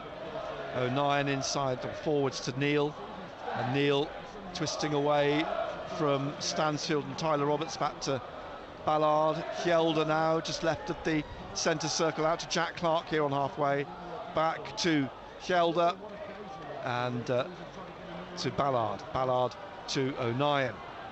O'Nien forwards down the right wing, and now Mundle passed in to him from Hume. Free kick. Pike's brought him down just outside the penalty area. Tell you what, he looks busy, doesn't he?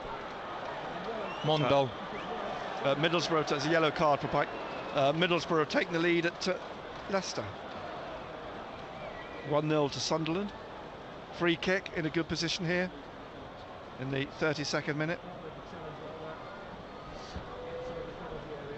Jobe, I think, will fancy this, don't you? Yes. Ekwa certainly will. Jobe and Ekwa are the two over the ball at the moment. Discussion in the middle of the Birmingham half between Jack Clark, Dan Neal and Nuke O'Nien. I think Ekwa will fancy this on his left foot, go far post. You've got to work the keeper. Missed the wall. We haven't got a draft excluded There's no draft excluded today, no. There isn't. A four-man Birmingham City wall. Jack Clark's come across for a word with Ekwa. He's just said to him, hit the target. Yes, he's just said to him, he's gone in and said now to Joe, smash it, man, smash it. He said it's not that hard. He said, I've just done it. So Ekwa's going to put the ball in the back of the net.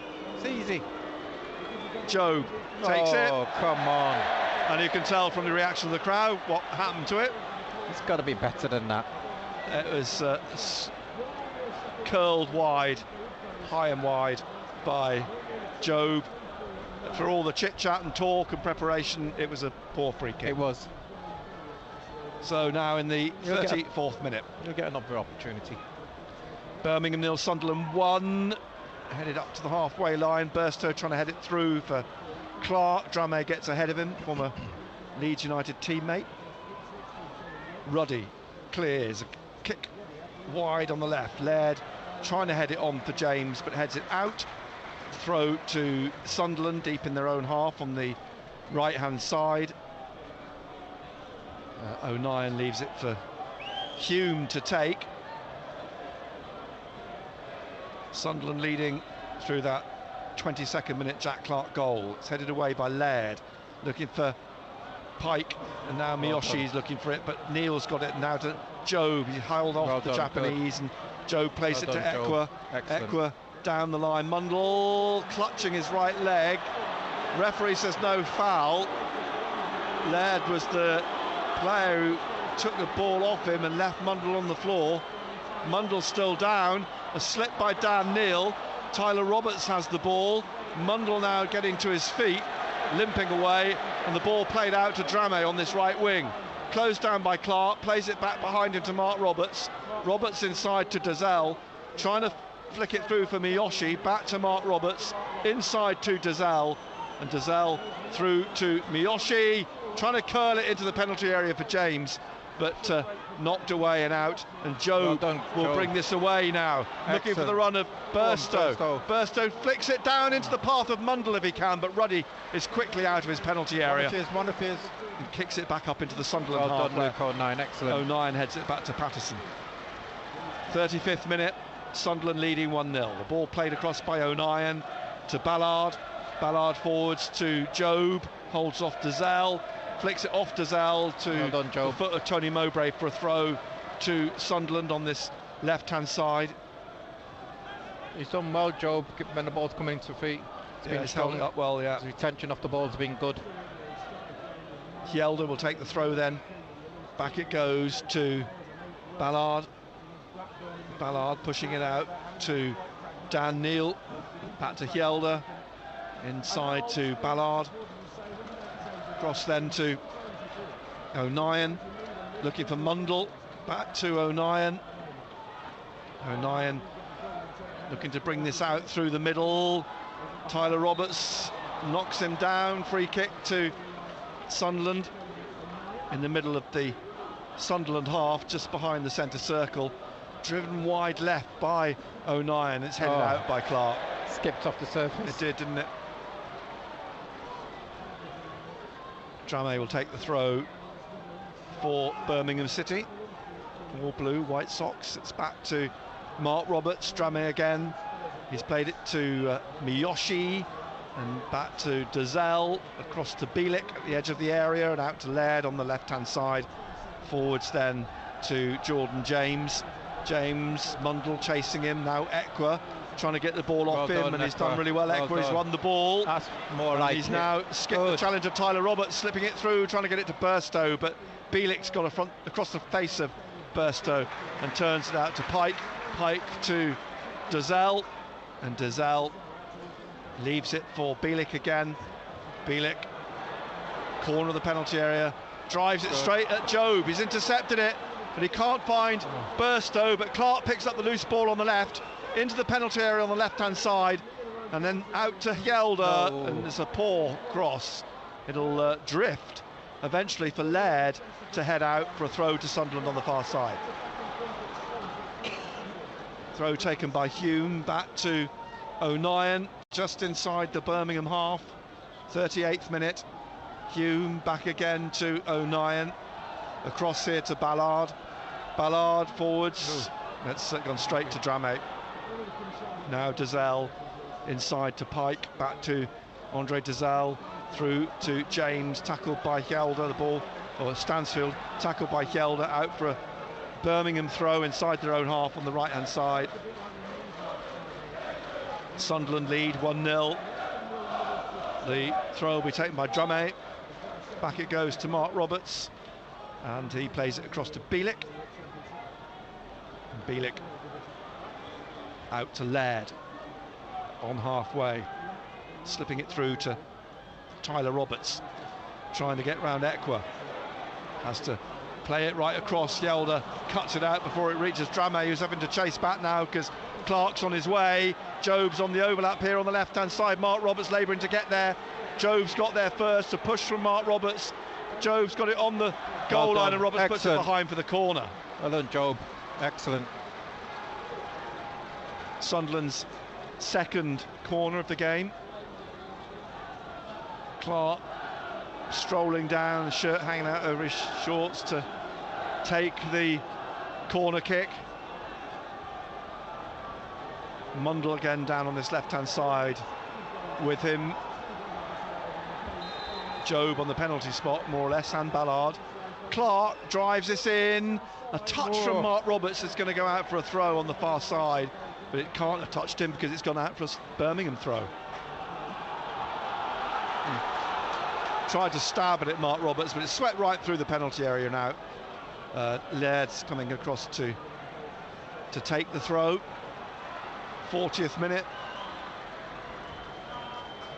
Michael Beale in his raincoat steps out, hands in his pockets. Haven't seen the rain yet. It was forecast from sort of 3 o'clock onwards. Sweeping in from the west. Laird with his throw then for Birmingham City, right down the touchline.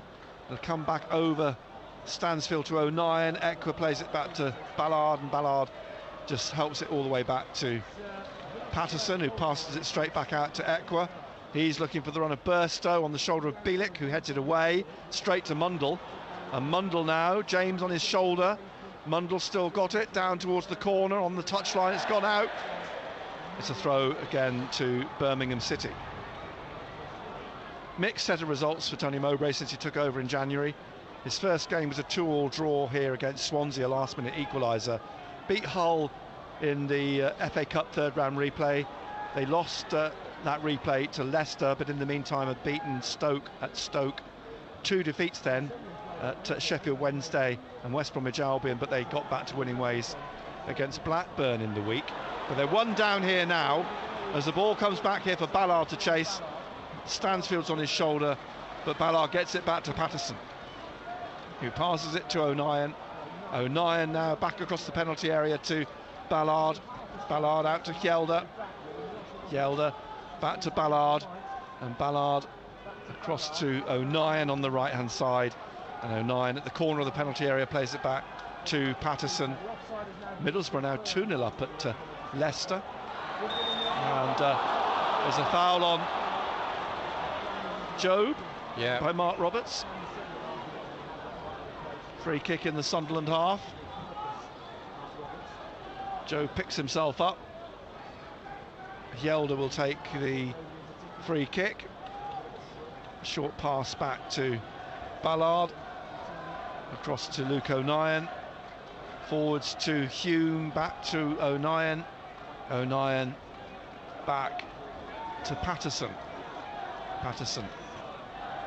Stansfield comes to close him down again. Patterson kicks up into the Birmingham half over Bielik's shoulder. Well, now Mundle could get on the end of this. Mundle battling with Bielik in the penalty area. He's being pulled back. I thought, great save by Ruddy as Mundle tries to curl it in the corner.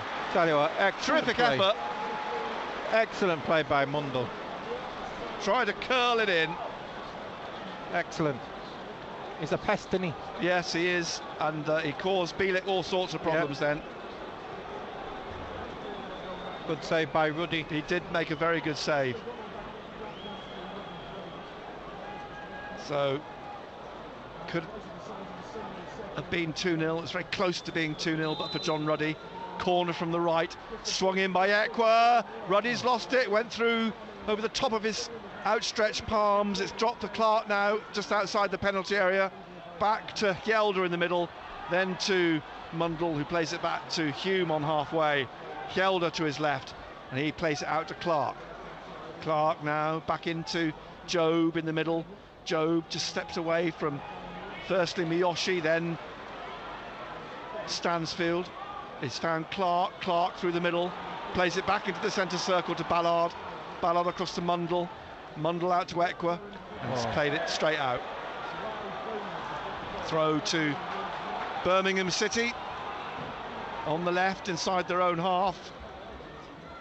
Laird's taking it, 44th minute, to Tyler Roberts, back to Bielik, down the line to Laird, inside to Tyler Roberts. Job tried to intercept, got it to Dozell. Now Drame wide on this right hand side for Birmingham City, taking on Hjelde. Hjelde going with Drame. Drame down the right side of the penalty area, low ball in, Patterson down to block it, got his body right behind it. Still 1-0 to Sunderland as we creep towards half time. Just a minute or so of the 45 left. Patterson, short pass to his left to Ballard, out to Hjelde, down the line to Clark. He'll try to let it run round Drame, but Drame blocks it and he's taking it down the touchline, but Clark's going to get in front of him and let it roll behind for a goal kick. Good defending from Jack Clark. Yeah, excellent defending. Picks the ball up, drops it to Anthony Patterson in the last minute. Richard Ely is the fourth official, not seen him come out yet. He will do soon. And everybody heading upfield for this goal kick from Anthony Patterson. And the players across on the far side, around halfway. The kick from Patterson hangs in the air. Michael Beale's called out, I think, Barr, having a conversation with him. Mundle's on the right side of the Birmingham penalty area. He's won a corner, rolls off Bielik. A fourth Sunderland corner. We will have 2 minutes. 2 minutes.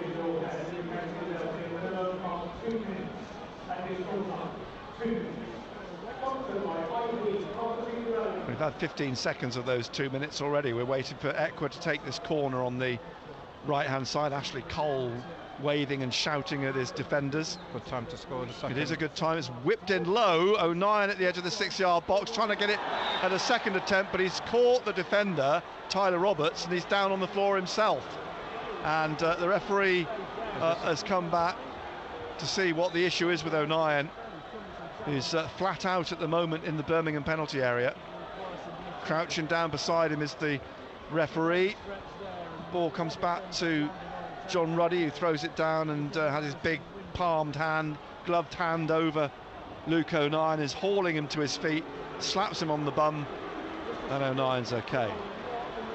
So we've played a minute of the minimum 2, and John Ruddy is going to take this free kick for Birmingham City. Sunderland leading 1-0.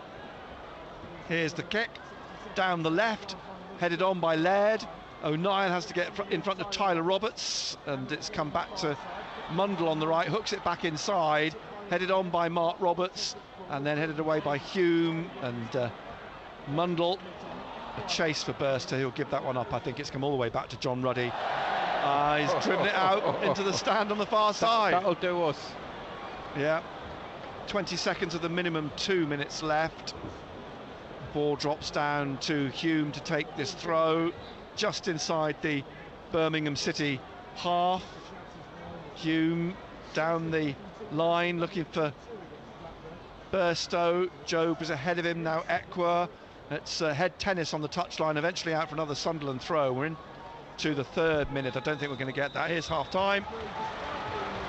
So Sunderland, a good first half, nearly 2-0 towards the end, but for a good save by John Ruddy. But they do lead courtesy of that 22nd minute Jack Clark goal when he whipped the ball off Mark Roberts just outside the penalty area, dribbled in and curled it round Ruddy into the bottom corner. Yeah, it's a concern. I'm just watching Jack Clark there. He had his boots off walking off. We know that Michael Beale's been having a quiet word with Barr. Hopefully he can stay on, Jack Clark, but you've got to say it's a pretty open game. You can see that Sunderland have done the homework, and Birmingham City, the pressing high up. There's 1 or 2 mistakes in the game, but I've got to say that Sunderland deserve the lead. Yep, I think they've had.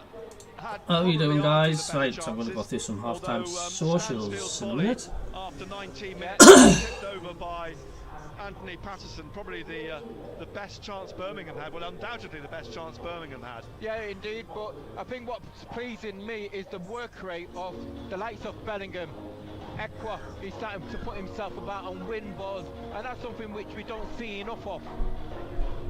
If Jack Clark does turn out to be injured, do you think Barr will come on and play on the left-hand side, or do you think Mundle on the left? Yeah, Mundle will come on the Barr will left-hand come side, on the right-hand side. If that is the worst case scenario, if Clark does turn out to be injured, if it does turn out to be something they don't want to risk, or he doesn't feel he can carry on. I mean, he certainly picked up a knock early on and has not been comfortable. He has done. But it was an excellent goal by Jack Clark. Yeah, he's won the ball, but he still had a lot of work to do. The sprinklers are on. The rain has still not yet arrived. Early chances for Burstow just over the bar. Mundle had a very good opportunity in the 15th minute, 25 yards out, but drove it straight at John. Just had news, Clark could be injured and might not play a second half. God's sake, if we get Clark and Roberts out, my God. To curl it round past Ruddy, but at full stretch he managed to tip it round the post. As we say, it looks like Clark might have an issue. But, yeah, are you ready for the socials? The start of the second half, but so far so good. Right. Oh, hold on a minute. They certainly look like I'm just getting an advertisement coming through for penis enlargement pills. I don't know what that's about. What we're seeing at the present suits us, doesn't it? You know, Birmingham are trying to play football, but again, you know, Tony Mowbray's trying to get the message over to Birmingham how he wants them to play, and it suits Sunderland, you know, a footballing game. When it's a little bit more physical, that's when it doesn't suit us. And actually, when it has got a bit right, physical, they stood up to here we go. Need a second. By the way, is Birdstow playing? Better team first half. Pato had one real save. Mundle could have made it 2. Looks like an exciting player. More of the same after the break. Job has had a good half. Got around the pitch. We passed backwards too much for me though. Mundle looks decent. Mundle looks some player. We are playing a lot better. Putting the effort in today. More of the same second half, please. Don't take your foot off the gas. If we try and defend the one goal, we will not come away with 3 points today. Once again, Mundle looks decent. Our set piece coach, do we pay him much money? Better and causing issues by pressing high. Fancy that there. So it's mostly positive as it will be, but you know, they're still holding back a little bit. We're just 1-0 up. So, if you can lend us a hand, whether it's using a paintbrush or simply making tea, get in touch and help us make a difference. BBC Radio Newcastle. Total Sport North East. BBC Radio Newcastle. Just the 1 goal in our 2 commentary games then at half-time. Newcastle United 0, Bournemouth 0, but Sunderland. I get my tops from Jack Clark midway through that first half. Ellis Retro, Jonathan. That's St James and St Andrews very shortly. Elsewhere, football-wise this afternoon. Golden Seam off 54% possession. Derek says, loosen up for Clark, don't panic yet, Cabby. 1-0 up 10 minutes before half-time through Darwin Nunez. They were then 2 and 3-0 up in the second half through Alexis McAllister. Alexander Bakker, what would be a good subscription to watch the matches? Well, I think you can subscribe to SAFC and see the games there. A lot of people get Fire Sticks. 1-0 up at Fulham. Ollie Watkins midway through that first half. Nottingham Forest lead David Moyes' West Ham by 1-0. Taiwo Awoniyi on the stroke of half-time. And Wolves are 1-0 up away at Spurs. João Gomez 3 minutes before the break. The 5:30 kickoff in the Premier League is Manchester City against Chelsea. Total Sport North East. On the station with Newcastle and Sunderland commentary exclusively live. BBC Radio Newcastle. In the Championship, there was an early game there as well. Leeds won 2-0 at Plymouth. Will Gnonto in the first half, Gini Rutter in the second. In the 3 o'clock games then at half-time, Queen's Park Rangers 1-0 up at Bristol City thanks to Ilias Scher. Hull City also leading away from home at Huddersfield. Jacob Greaves after just 7 minutes. Middlesbrough 2-0 up at leaders Leicester City. Finn Azaz and Sam Silvera Ferreira with Middlesbrough's goals. Middlesbrough, one of the few teams to have already beaten Leicester this season, but on course to do the double. Sheffield Wednesday, another side winning away from home at half-time. Ike Ugbo and Anthony Musaba have them 2-0 up at Millwall. Norwich have come from behind to be 2-1 up on Cardiff City at the break. Josh Sargent and Gabriel Sara with Norwich's goals. It's Preston 2, Blackburn 2, and Blackburn were a couple of goals up in the first half of that first half. Sammy Smodic and Sam Gallagher, but then Robbie Brady and Emil Jakobsen in the space of 4 minutes, getting 2 back for Preston. So Preston 2, Blackburn 2 at the break. No goals between Rotherham and Watford, nor between Stoke City and Coventry, but it's Swansea 1, Ipswich 2. Nathan Broadhead, formerly of Sunderland, with Ipswich's opener. Jerry Yates equalised for Swansea. Connor Chaplin made it 2-1 4 minutes later. Total Sport North East. The Newcastle and Sunderland AFC podcast on BBC Sounds. BBC Radio Newcastle. Into League One, Charlton have come from behind to win Leeds 2-1 at Bolton. Victor Adebayejo with Bolton's opener. Thierry Small and Lloyd Jones on the score sheet for Charlton. Cambridge United 1-0 up at Carlisle. Sully Kaikai after 15 minutes. Cheltenham 1, Port Vale 1, a late equaliser at the end of the first half from Matt Taylor for Cheltenham. Derby 0, Stevenage 0. Fleetwood Town 1, Barnsley 1, Sam Cosgrove for Barnsley.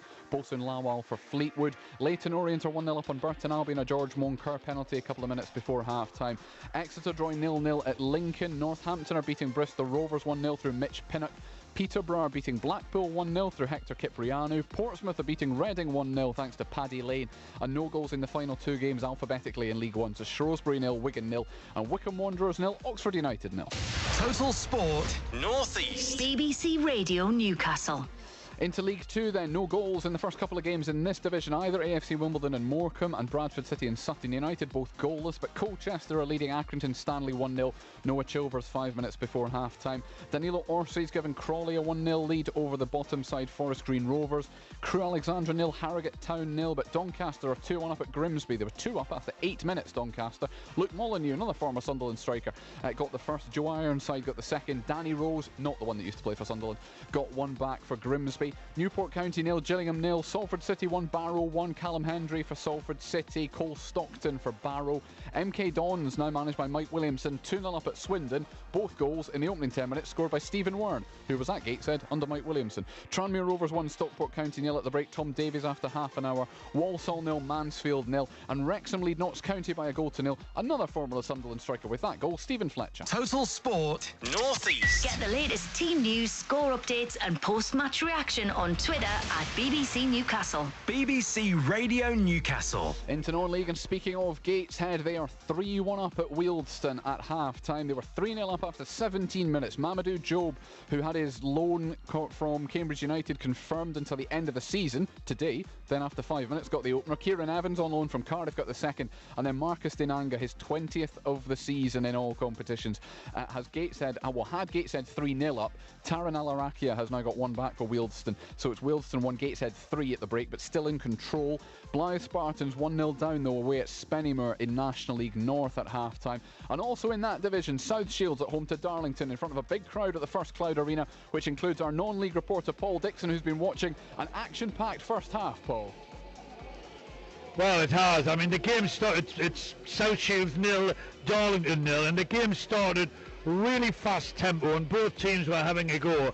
But then on 10 minutes, Shields were down to 10 men. Cedric Main was pulled down by South Shields captain Robert Briggs, who was the last man. The referee had no hesitation, giving him a red card. And then after that, there was 4 yellow cards in about 10-15 minutes. Difficult to say there's been efforts on goal, but Scott Barrow, ex-Gateshead, had a shot, just went past the post, and then Cedric Main turned quickly, and the shot was well saved by Boney and the Shields goal. Steve Watson for Darlington, Elliot Dickman, South Shields have a lot to say at half-time. Shields are down to 10 men. Can they do it? Darlington, 11 men. They've got to try and get the whole 3 points. Big crowd, as you said, Colin. 2,800 here. A lot to play for in the second half. Paul, thank you very much indeed. South Shields 0, Darlington 0 at the break. In the NPL Premier Division, Morpeth are 2-1 down at Guiseley at the break. They were 1-0 down after 3 minutes. A Jack Foley own goal. Then Sam Hodgson equalised, but Guiseley have since taken the lead as well. So Morpeth 2-1 down at the break. In the East Division, Hebburn Town's game at Carlton Town was postponed because of a waterlogged pitch. But 3 other games going ahead. Ashington drawing 1-1 at home to Cleethorpes. Connor Thompson with their equaliser midway through the first half. And it's goalless for Consett at home to Belper and for Dunstan away to Liversedge. It's also goalless for Berwick Rangers at home to East Stirlingshire in the Scottish Lowland League. We'll do a local football roundup as usual at 5:45. Total Sport North East. It's doable and they've got to believe. If Neil thinks it's doable, that's good enough for me to play the music. It's a lot to make up. What? Will you turn that off? Your optimism is unbelievable. Jeff in Cramlington. Lascelles could do a similar job to Joe Linton. I'm sure it could work. Do you think it could work? No. Do you think, why not? Lascelles as a defensive holding midfield player. It's not April yet, is it? He's big and strong like Joe Linton. He's big and strong.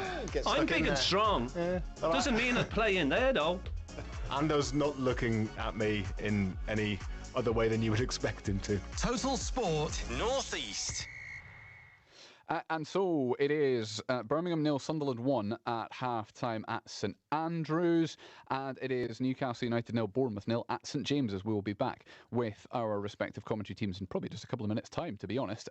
Local fixtures then, women's games tomorrow in the Championship. Durham away at London City Lionesses, Sunderland at home to Lewis, who are bottom of the table. Both of those kick off at midday. Newcastle United at home to Derby County in the National League Northern Premier Division.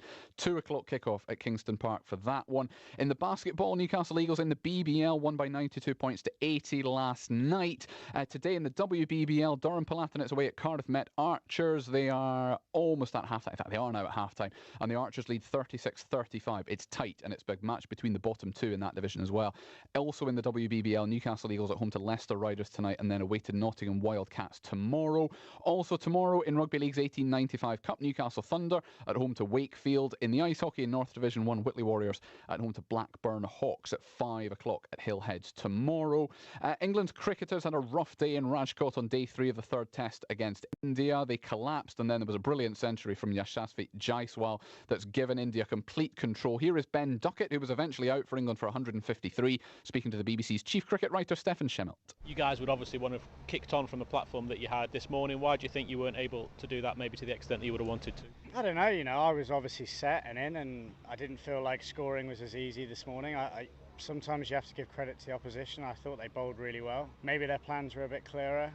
And things were tough, and unfortunately we just didn't really get a partnership going. Obviously slightly disappointing, but I think we've showed that we can come from behind the 8 ball a few times. Was there a collective disappointment with the total that you posted after being in such a good position last night? Not at all, we don't think like that. Stokes so positive, and he even said he wanted us to get out there fielding earlier, slightly earlier than we planned, but we wanted to get out there and get at them, but that's not the way this dressing room kind of looks at things. Whatever the situation is, we'll try and throw punches back at them, and to be honest, I thought they batted superbly tonight. Just finally, look ahead for us. I know you'll say that you guys think you can chase anything, but realistically, is there a number that you need to keep India beneath to make that chase a little easier? I think the more the better.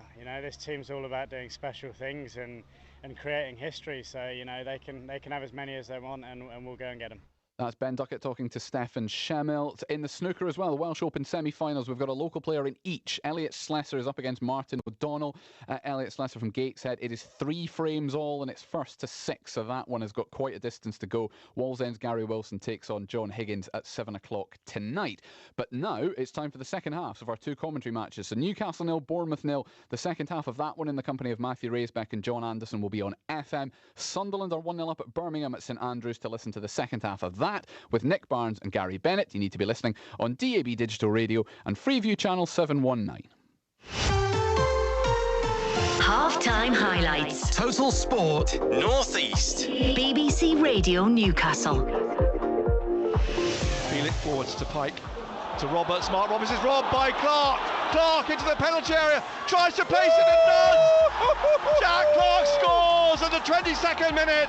Great just finish. Places it with his right foot in the bottom corner.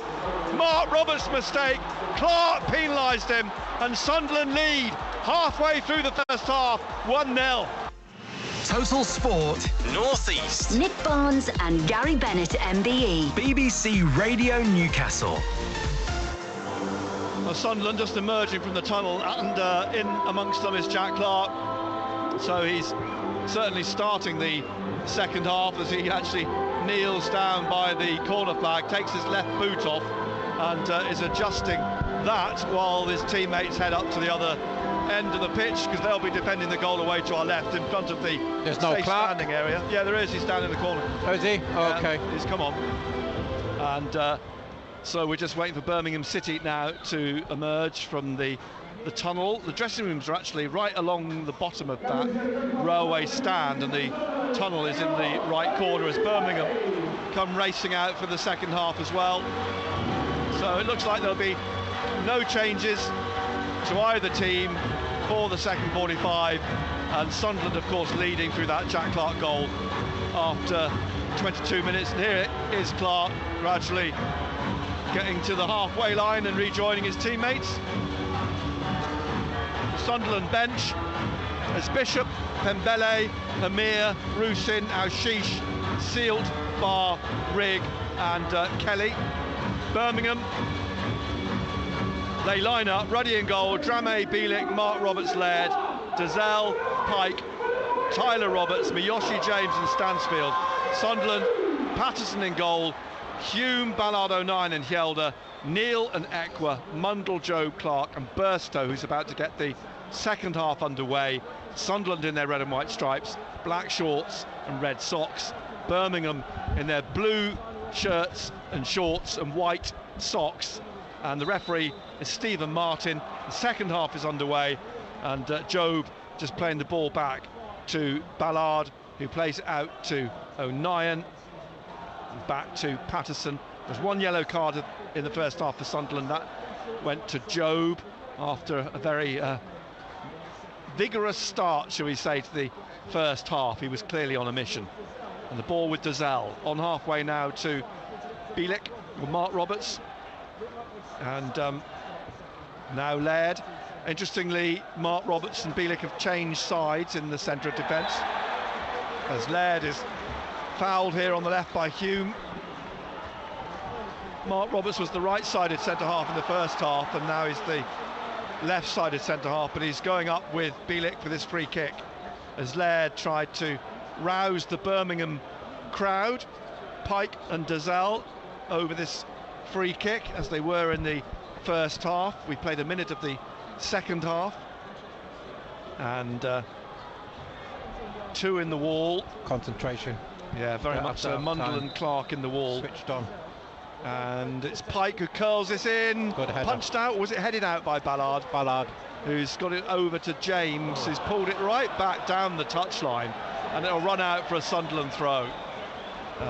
Stansfield, I think it is. No, it's James, I think. Was it Mark Roberts who's crouched in the Sunderland penalty? Is it Mark Roberts, I think? Roberts it is. Yeah, he's crouched. O'Nien's come back for a word. Roberts just gets himself stretched, pulls himself up and jogs back. He might have got caught as the ball was cleared. And a throw which Hjelde will take on the far side. It is raining now, I can see that through the floodlights, and the wind's got up as well. Steady rain at the start of this second half as Hjelde takes the throw down the touchline, headed away on that far side by Drame, out for another throw to Sunderland. Hjelde just waiting for one of the ball boys to come and retrieve the ball, and he flicks it over the advertising board, and Hjelde will take the throw then down the touchline, looking for Burstow or Jobe. It actually drops for Jobe, and he's tripped, and it's a free kick to Sunderland. Wide on the left, pretty much halfway inside the Birmingham half, maybe a little bit further back now. Neal just taps it out to Clarke. It's played back to Hjelde. Hjelde in his own half, back into the middle. Ballard closed down by Tyler Roberts, rolls it back to Anthony Patterson. Tyler Roberts goes to close him down. Patterson plays it out, just kept in by Mundle. Hume's robbed by Pike. The South Korean plays it into Dazelle. It's an offside. Tyler Roberts has to leave the ball, and O'Nien will tidy up. Back to Patterson to kick clear up into the path of Burstow, trying to head it on. Mark Roberts clears it back to the halfway line, and then Dazelle puts it back over the top. Burstow's trying to get on the end of it. It's an up and under from the corner of the penalty area by Drame. Dazelle nods it down. A chase to the touchline. Clarke lets it run out. It's a throw to Sunderland. Clarke takes it quickly. Back to Hjelde. Back to Ballard. Ballard across to O'Nien. O'Nien driving it down for the run of Mundle. It's him and Laird. Mundle pushes Laird over. Yeah, it's a foul. Free kick to Birmingham City. Mundle just taps Cody Dramé on the back by way of apology. John Ruddy, the Birmingham keeper, who's pretty much all in black, taking the free kick down the left wing. O'Nien tugging the shirt at Tyler Roberts, but it comes back through to Anthony Patterson, all in yellow, away to our left. Grabs it, jogging backwards to his 6-yard line, puts the ball down, plays it straight to Dan Neil in front of him, and Neil out to O'Nien, looking for Hume on halfway almost. A touch from Pike puts it out for a throw to Sunderland. Pike Seung Ho, signed from Jeonbuk Hyundai Motors in the window. It's played driven out by Sunderland up into the centre circle. Mark Roberts putting it up to James, to Tyler Roberts in the middle, trying to thread it through to Jay Stansfield, but Dan Neil comes back and does some tidying up, some housekeeping, and it's on the head of Mundle, then the head of Pike, looking for Tyler Roberts in the middle of the Sunderland half, trying to get away on the right, rolling it to Dramé. Dramé inside to Miyoshi. He leaves it for Dramé again on the right, whose cross is a deep one, the chase for James, and also on this near side, well, Mundle lets it run out in the end for a throw to Sunderland.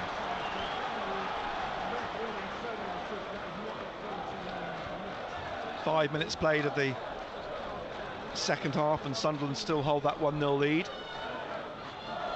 Hume with a throw back to O'Nien, hooks it high in the air down this right hand side, headed by Mark Roberts, back up towards James and Tyler Roberts. O'Nien gets his head to it, Mundle trying to get on the end of it, and it rolls out for a throw to Sunderland ball, isn't it? Well, I'm trying to wait for the assistant's not making the decision. The referee's made it for him. It's a Birmingham throw. Laird's going to take this down the left. It comes all the way back to Mark Roberts, and Mark Roberts slips it inside to Dazelle. Dazelle on loan from Queen's Park Rangers, turns back to Mark Roberts, and he's played it back to goalkeeper John Ruddy. And Ruddy drives this right down the left, and brought down neatly by Hume, played back to Patterson, and Patterson hooking it away to the left to Hjelde.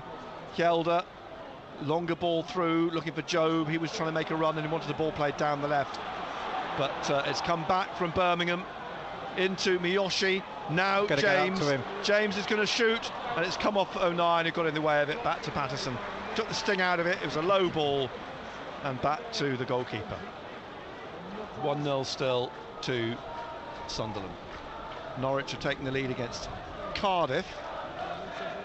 And a basement battle, Millwall are losing at home to Sheffield Wednesday. Millwall have been well and truly sucked into a relegation fight. Ipswich lead at Swansea 2-1.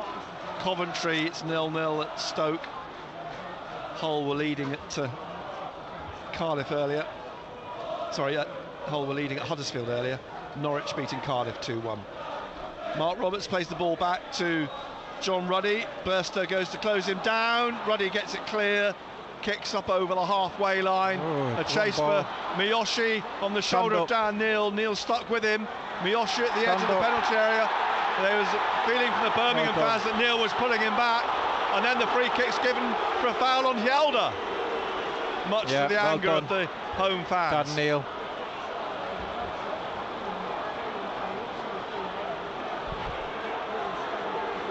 Hjelde's rolled on his side at the moment, and the referee's going to allow him to receive treatment. Pete Brand sprinting across. Hjelde just rolling, it's clutching his left ankle, I think. Sealt, as a precaution, is warming up down the touchline in front of us, as Luke O'Nien stands having a conversation with Anthony Patterson at the edge of the penalty. The rain seems to have drifted away for the time being. Hjelde's receiving treatment, and Michael Beale's having a conversation with Dan Neil, then turns away, hands in his pockets, heads back down into the dugout. Sunderland head coach Anthony Patterson's having a conversation with his goalkeeping coach Alessandro Balfini. Helder's still getting treatment on the left side of midfield, much to the displeasure of the Birmingham City fans. Don't forget, Benno's looking forward to hearing from you as well after 5. It's a perfect way to set him up for his journey home. And the phone in with Colin White. Hjelder's up on his feet now. Referee just ushering him off. He's limping quite heavily, actually, Hjelder. And the fans are really up on their feet having a go at him. And he finally reaches the touchline on the far side. The Birmingham fans not happy. Patterson's going to come out now and take the free kick. Hjelder just trying to walk off the knock down the touchline. And Birmingham's displeasure has fired up the Sunderland fans. And I gather it's Newcastle 0, Bournemouth 1 in the Premier League.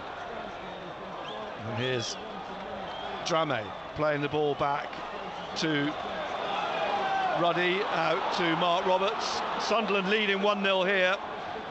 It's Laird on the left, Mundle in front of him, plays it inside to Pike, and back to Mark Roberts, across to Bielik, and the Polish international slips it to Dozel, back to Bielik, across to Mark Roberts. Mundle goes to give chase, and the ball's rolled safely back to John Ruddy, passed out to Dozel, and then passed out to Mark Roberts on this left wing. Down the line to Ethan Laird, taps it back to Dozel. Jordan James, Laird back inside and forwards to Tyler Roberts, but Ballard cuts round him, and he's going to got be in the book. a yellow card. That's Ballard out. Ballard's going to be out for 2 games. He's shown the yellow card. I didn't think there was much in that challenge, to be honest. I think that's a bit harsh, but it's too late now. He's been given the yellow card. He will miss the games against Swansea and Norwich. So that's a blow. I guess there's a certain inevitability about it, isn't there? When you're on 9, you're going to get one. But I think that was a very tame tackle for which to get a yellow card.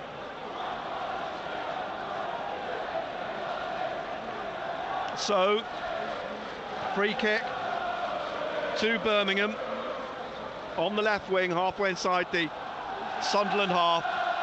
Sunderland leading 1-0. Pike is going to take this, curls it in, right through, goal kick to Sunderland. Luke O'Nien came flying out of the pack. He got flung out of the pack. Did he? Did he? He's having a word with the referee, actually. Well, what Sunderland don't need this afternoon is a double whammy of O'Nien getting a yellow card as well. So the ball, they're going to make a substitution or 2. Placed by Tony Mowbray. The goal kick, straight up through the middle to Burstow. A chase for Mark Roberts. Burstow gets it down on the right side of the penalty area, trying to flick it back. Got caught, but he's got it back to Mundle. Now Hume behind him. Inside to Dan Neil, back to Luke O'Nien on halfway. He plays it into the centre to Dan Ballard. Through now to Joe, back to Hjelder. Hjelder down the left wing to Clark. He's caught by Miyoshi. Free kick to Sunderland just inside the Birmingham City half. Dominic Solanke in the 51st minute, the goal scorer for Bournemouth at St James's Park. The ball comes back to Ballard. Nottingham Forest leading West Ham 1-0. Ballard clears this deep into the Birmingham half, and I think it's now 1-1. Is that right at Newcastle? I think so, yes. And 1-1 at St James's Park. Penalty to Newcastle. 1-0 to Sunderland here. Aston Villa lead Fulham 1-0, Arsenal lead Burnley 3-0. The ball on halfway. Miyoshi trying to get past Dan Neil, who's blocked it. It breaks for Mundle. Slipped it. Well, trying to find Ekwa. Laird gets in front. Now Miyoshi, And Miyoshi on the left side of central midfield leaves it for James. Back to Pike. And now Dozzell back to Pike and back to Mark Roberts. Again to Dozzell. In the centre circle, headed away by O'Nien. And Mundle gets a foot to it.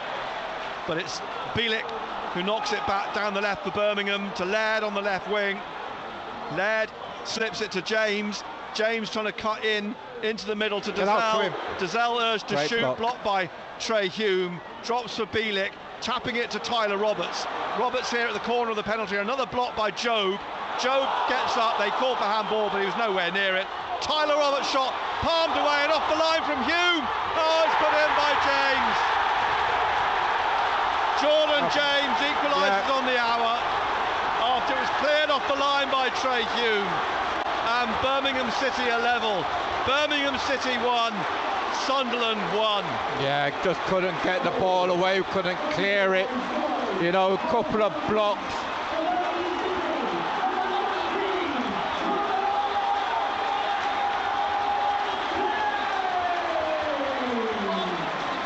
Yeah. Patterson's first save, then it fell James to Miyoshi, then it fell to James. He couldn't miss, could he? Yeah. It came actually off O'Nien for James. It took a deflection off O'Nien into the path of James, who made no mistake from 6 yards. So back to the drawing board. Burstow about to restart the game, plays it back to Dan Neil. Half an hour to play. Birmingham 1, Sunderland 1. Bielik pushing it forwards to Pike. Out to the right wing. Drame trying to get past Yelder. Birmingham haven't made their substitutions yet. I wonder if they will now that they've got themselves back in the game. His first goal of the season for 19-year-old Jordan James. His father used to play for Burton, Newport and Hereford. He's come through the academy here, Jordan James, brought through the academy by Mike Dodds. Now another yellow card, this time for Laird. Second Birmingham player to be booked this afternoon. We're in the 62nd minute. Free kick to Sunderland on the right inside their own half. Hume will take it. Plays it back to character now, Nick. Ballard closed down by Stansfield, out to Kjelder, plays it out under pressure. Yeah. Miyoshi pressing. Throw to Birmingham. Struggling to get Clark into the game, aren't we? Yeah. He hasn't had a touch. He's had, what, a couple of touches in the second half. Referee... The major... Yelder's coming off, I think. I think he's struggling. O'Nien to him. The referee's having a word with Kjelder and O'Nien. Now, O'Nien being captain, it must mean there's an issue that he wants addressed. Those two have been spoken to, and it's going to be a throw to Birmingham. Back it comes to Bielik, back to John Ruddy. Ruddy pushes it out. We're dropping off. Mark Roberts out to Laird on this left side in front of Michael Beale. Back again to Mark Roberts. We've got to press higher up the field. Mark Roberts through to Tyler Roberts, away by O'Nien into the feet of Tony Mowbray, who flicks it back here to Laird to take this throw on the left-hand side for Birmingham City. BBC Radio Newcastle. Birmingham City 1, Sunderland 1. O'Nien taps it down to Hume. It spins off a deflection into the middle, looking for Miyoshi. It's cleared. Jobe. It's knocked out off his feet by Dozzell for a throw to Sunderland. Yeah, they're going to bring Dembele on, I think. Siriki Dembele. He's not bad, by the way. He's quick, isn't he? He's got a little bit of pace about him. Signed direct from Bournemouth. I remember him as well at Peterborough. Is Bakuna coming on as well? Could well be. Juninho Bakuna. He's got goals. They both got Those two, Bacuna and Dembele, got 13 goals between them this season. Here's Laird, he's just got round Hume. Laird away with James on this left-hand side. James now left of the penalty area, trying to play it into the penalty area. Jobe knocks it back to Ballard to clear. Out to the far side, it'll bounce out for a throw to Birmingham. Yeah, they're getting hold of the game, Birmingham. Here's Dozzell. Back to Bielik in the Birmingham half, into the middle. We've stopped pressing high up. Back to Bielik. And Bielik getting more space, Birmingham to play. Sunderland just need a breather, don't they, to reorganise, just to get their breath, get the composure back. Headed away by Hume. Can't get hold of the ball, Nick. Not at the moment. Pike in the middle, rolling it out to Drame on the right-hand side, slips it into Miyoshi in the penalty area. It's blocked. Stansfield has a go. It's blocked again. Stansfield's got it to the byline. The ball's gone out. They've got to take Yelder off. He's struggling.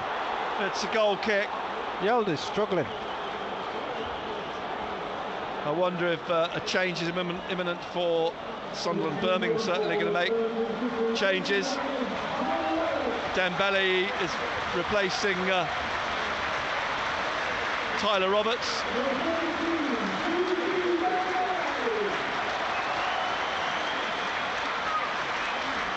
And Bacuna's replacing Pike.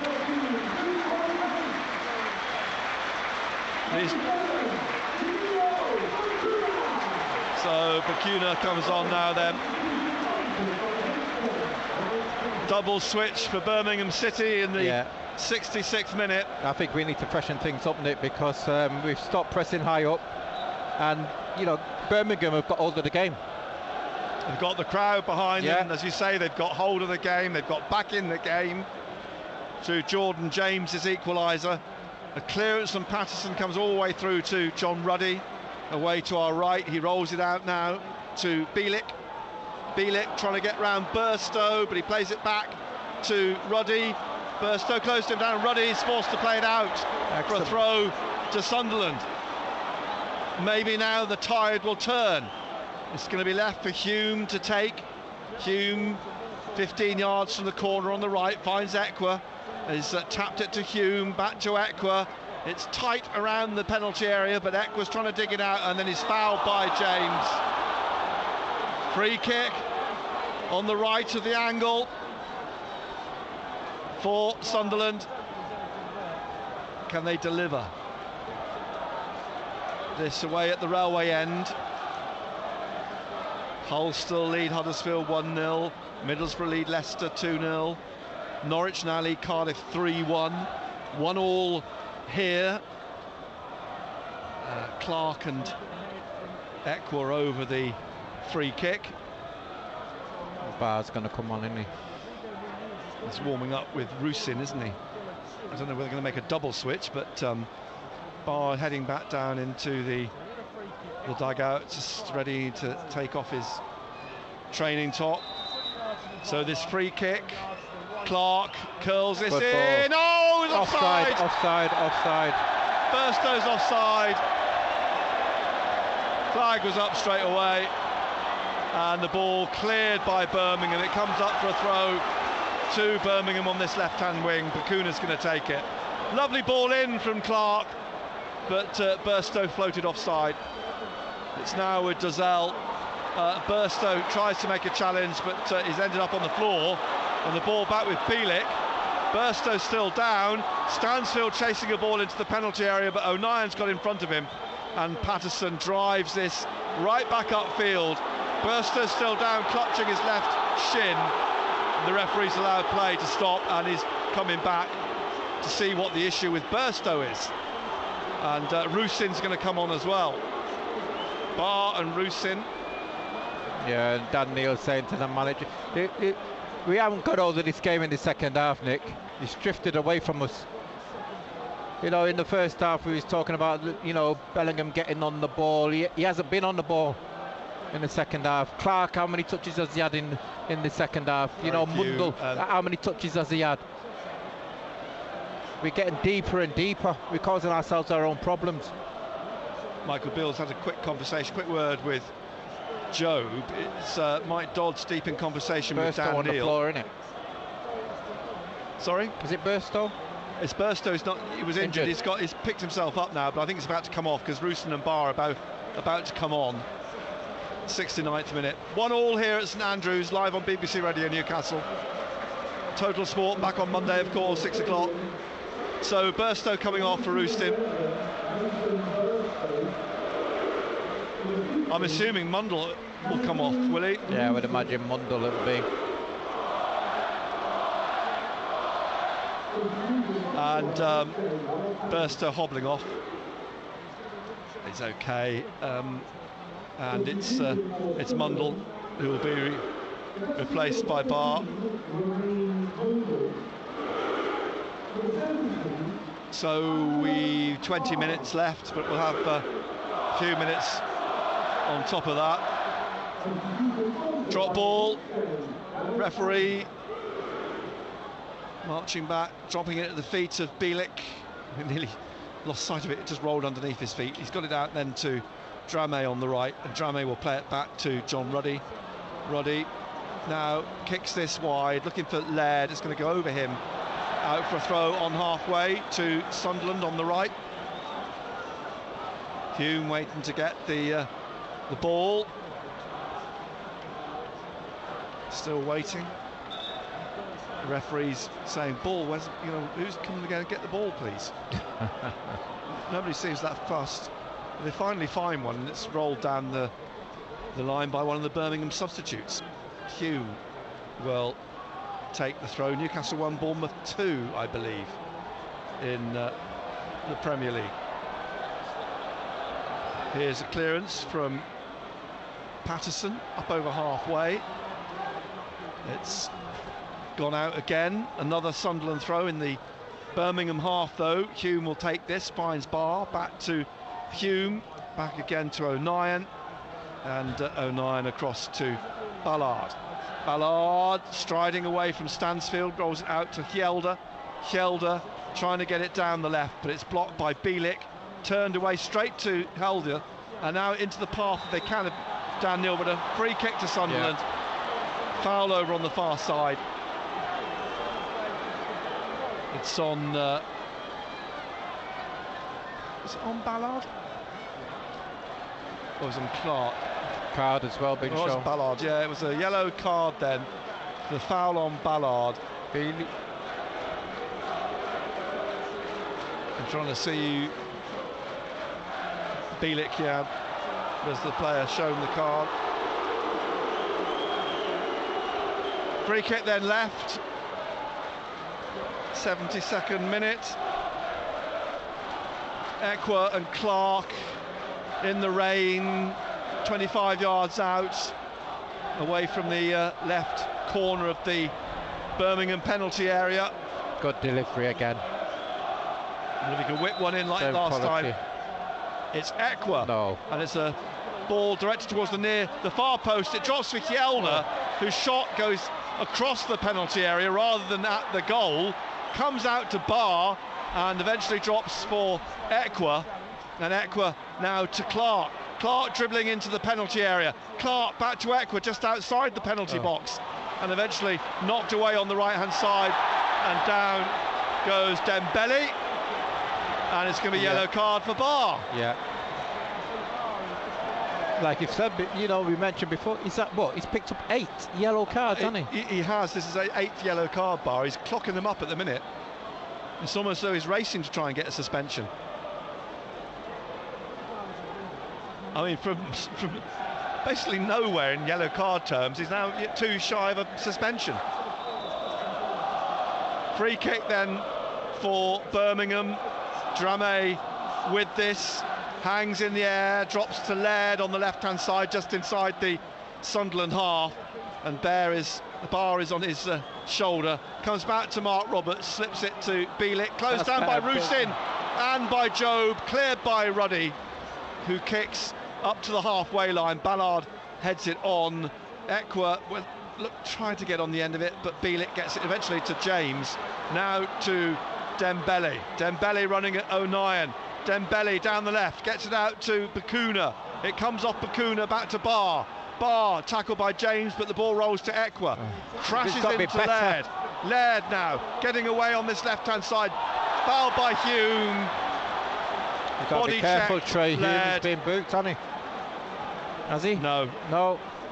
But again, Ekwa's got to do better. Giving the ball away too easily. Poor. Nearly into the final 15 minutes. Laird trying to whip up the fans. And Bakuna and Dozel over the free kick. Juninho Bakuna, who's a Curacao international. This dyed blonde cropped hair Bakuna. He's left the ball by Dozel, then flicks it down the left of the penalty area to Dozel. Good ball in, and Mark Roberts went to try and head it, but Yelder got in his way, and Miyoshi smashes it into the side netting. Good defending by Yelder to put Mark Roberts off. Well, we need to inject some life into the game, Nick.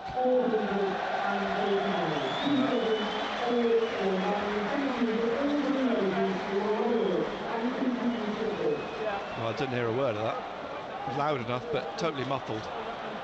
As Neil lays it off to Hume. Hume driving it down the right wing. Rusin gets above Mark Roberts, believe it or not, and nods it down though to Bielik.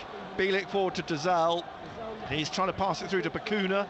Hume makes a challenge. Dembele's tackled by Job. Job now trying to lift it over the top of Rusin, but straight into the arms of John Ruddy. And it's out through the middle, blocked by Joe. Rusin trying to intercept it, comes to Mark Roberts, up to the halfway line, Dembele, and now back to Bielik, who passes it to James, and out wide on the right to Drame on halfway, looking for Miyoshi. Miyoshi down the right side of midfield, checking inside, looking for Dembele, cut out by Luke O'Nien, through the middle to Job. Job over the halfway line, James is all over him. And it's a free kick. That's just to the front of the centre circle. James, isn't it? And I think James is going to get a yellow card for that foul. He is. He becomes the fourth Birmingham player booked. We're in the 77th minute. Job whipping up the Sunderland fans, being booed by the Birmingham fans for doing so. Arsenal lead 4-0 at Burnley. Wolves lead 2-1 at Tottenham. Nottingham Forest leading West Ham 1-0. Newcastle are trailing 2-1 at home to Bournemouth. Semenyo with the second goal. There's Yelder back to Patterson, close down by Stansfield, kicks the ball out. So we've lost our way, Nick. Really have. 5-0 to Arsenal now at Burnley. Throw to Birmingham, back to Bielik, into the middle. Mark Roberts drives it up to Bakuna. He's wrestling with Hume. Hume's rolled him and got the ball out to Barr on this right hand side. Barr on the halfway line. We give it away. Dembele. Behind him is Laird. Laird skips round Barr, has caught him. He's been booked already, Barr. He's not surely going to be booked for this. Comes back, picks Laird up. And the referee's having a word. Yeah, we've lost our way.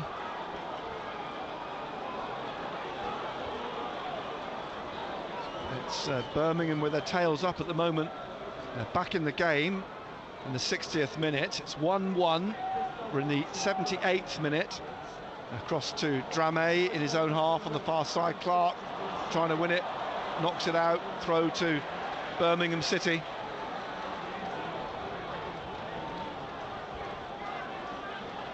Drame. I mean, Birmingham, you could argue, would probably be happy with a point, but certainly not good enough for Sunderland. Really need to be looking to win these games. The ball back with Mark Roberts at the edge of his penalty area. In his presser, that's better. It's been given away. Roll Job him, into the penalty box. Roll him in. Penalty spot. Oh, you've got to roll him in. Dozel. You've got to roll Jack Clark in. out to Bacuna. Bacuna skipping away from Hume on the left, and a block by Hume as Bacuna tried to cross. And now Bacuna just flicking it back, looking for Dembele, but O'Nien is tackled by Dembele. Then a great challenge on Dembele, who went to shoot by Hume. And it's out for a throw to Birmingham on the far side. Jobe's got to roll Jack Clark in. It's all on his own. 27,449 here this afternoon. Biggest in over 5 years. And the ball here with Bacuna on this left-hand wing. And a free kick. Foul on Bacuna. Quickly taken into the penalty area. Stansfield on the left, trying to get it on his right. Oh, it's tapped home. Miyoshi, as Stansfield tried to push it home, it got squeezed under Patterson. Miyoshi followed through, and Koji Miyoshi has given Birmingham City the lead. Yeah, again, they're taking a quick free kick. We're slow to react, Nick. He's got a block, and Miyoshi was quick to react again. And that's the second game in the run. You know, against Huddersfield, the ball's come off Patterson. They've reacted first. Again today, a block shot. Miyoshi's reacted, poked the ball in 2-1. But, you know, prior to that, Nick, we've got a great opportunity. Bellingham is on the ball. Clark's all on his own. Roll him the ball, and you'll be 2-1 up rather than 2-1 down. Two close range goals from Birmingham City, who had players in the right place at the right time. Jordan James on the hour, and now Koji Miyoshi following up with 10 minutes to play, and squeezed the ball under Patterson, and Birmingham lead 2-1. So Sunderland have to come from behind to salvage at least a point. Birmingham lead 2-1. And Birmingham have looked the better team in the second half. They're a better team in the second half, Nick. Sunderland haven't turned up in the second half. You know, we've stopped doing what we were doing in the first half for some unknown reason. I don't know why. Here's Ballard at the back in the pouring rain to O'Nien. O'Nien forwards now to Barr. Back to O'Nien. Barr here on the right-hand side. A slip in the wet, slippery conditions, and eventually a throw to Sunderland on the right, which is quickly taken, but Stansfield's come away with the ball. He's got to be better than that. He's going to get sent off. Hume now shown a yellow card. He's got to be careful. He's getting frustrated. Frustration, but the ball's gone into Ecuador. It's broken down. Yeah.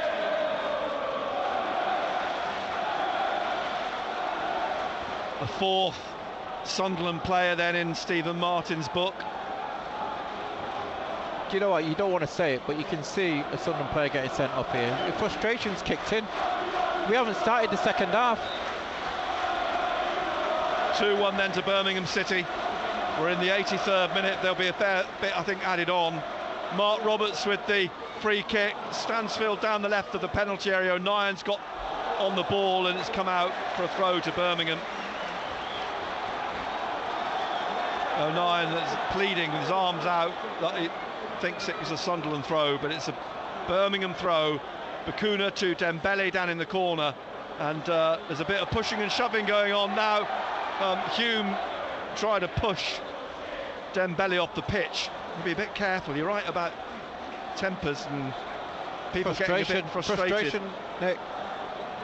Throw to Birmingham. Bacuna to Stansfield. Hume trying to stab it away. Barr.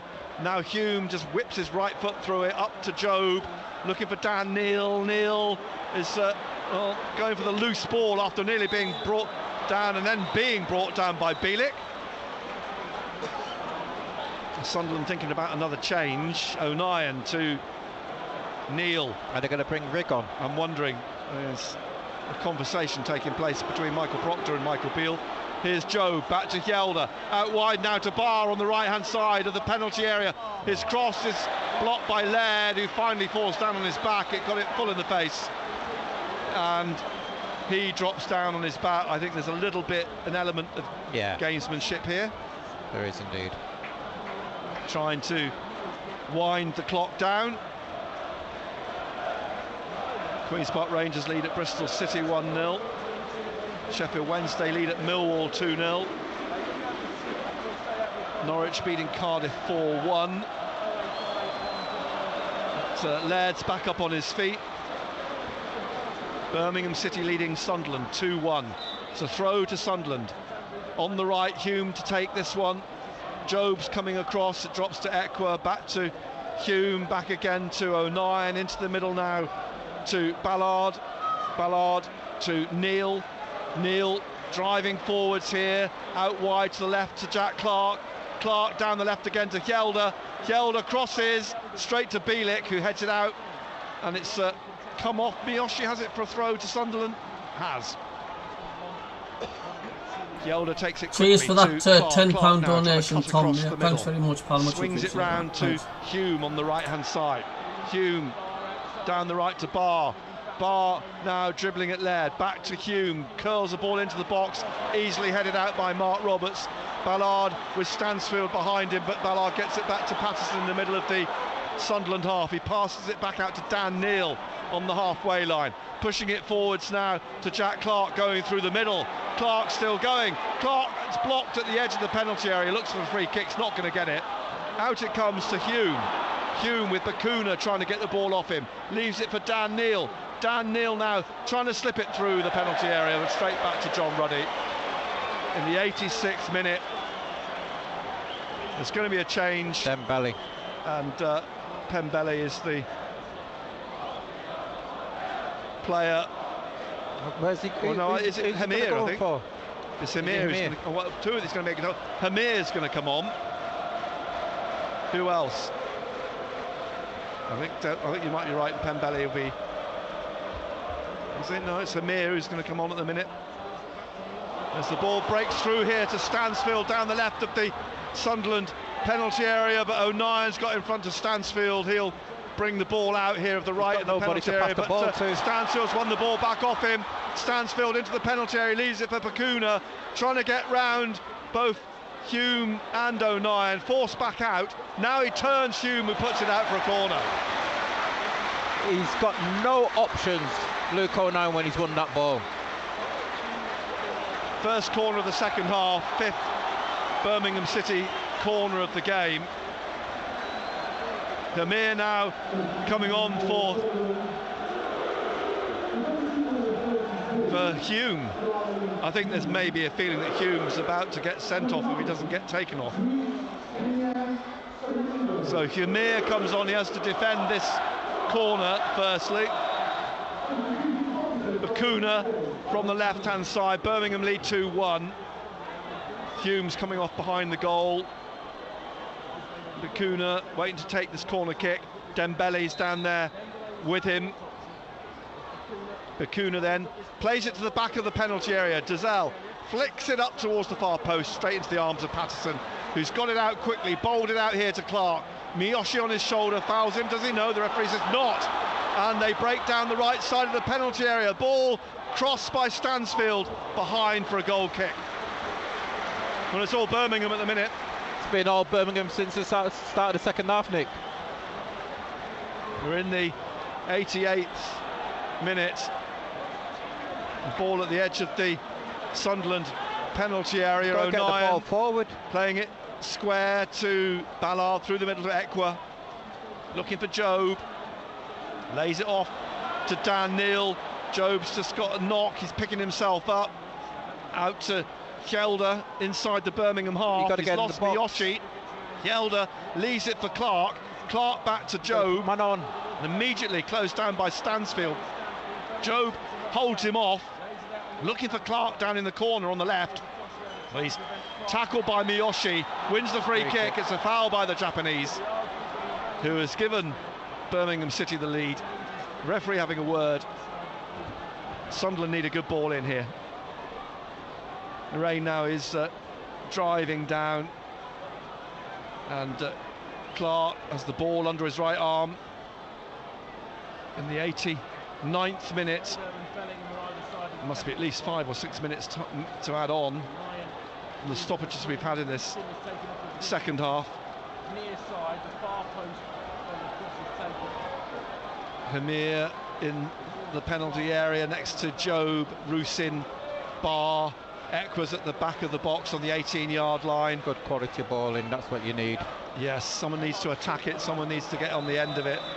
Jack Clark then from the left side, almost on the touchline here, 16 yards from the corner, with his right in down the throat of the goalkeeper. John Ruddy right behind it. The ball clutched to his chest, falls to his knees. And Birmingham push up towards the halfway line, and Hamir stands in front of Ruddy. Jukovic is coming on, isn't he? Yeah, big Lucas Jukovic. Come on for Stansfield. And substitution to be made now by Birmingham.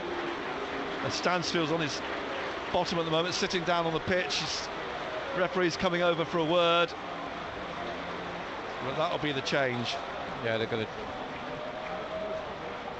The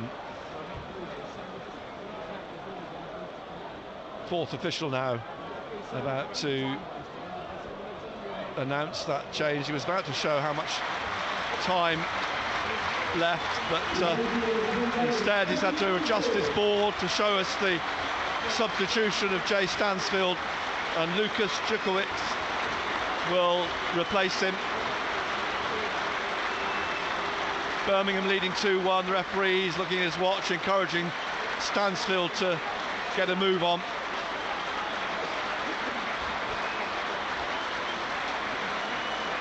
Finally gets to the touchline.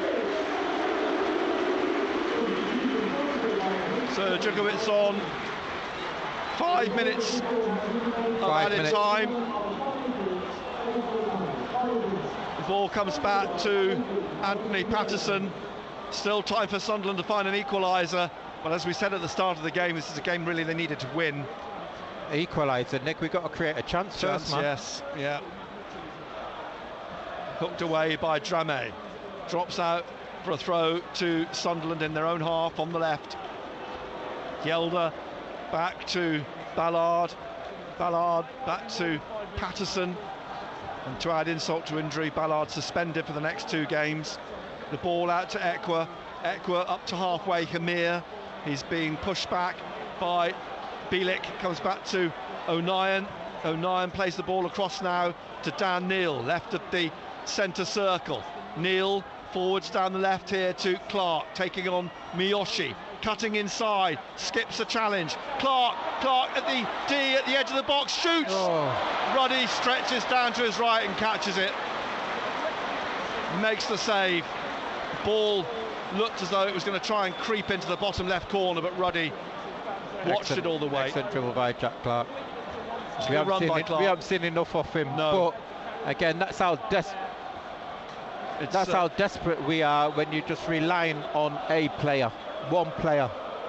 Newcastle have equalised at St James's Park. Newcastle 2, Sunderland. Newcastle 2, Bournemouth 2. Birmingham lead here 2-1. Sunderland looking for an equaliser themselves. Here's Clark. He's got it inside to Neal. Back to Ekwa on halfway here, and then back to Dan Neal on the left-hand side. We've played 2.5 minutes of the 5. Hamir trying to get this forward, dribbling on into the penalty area. He's gone down, and it's a free kick the other way.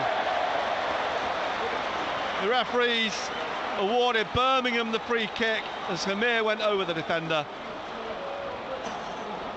And Birmingham will be in no hurry to take this.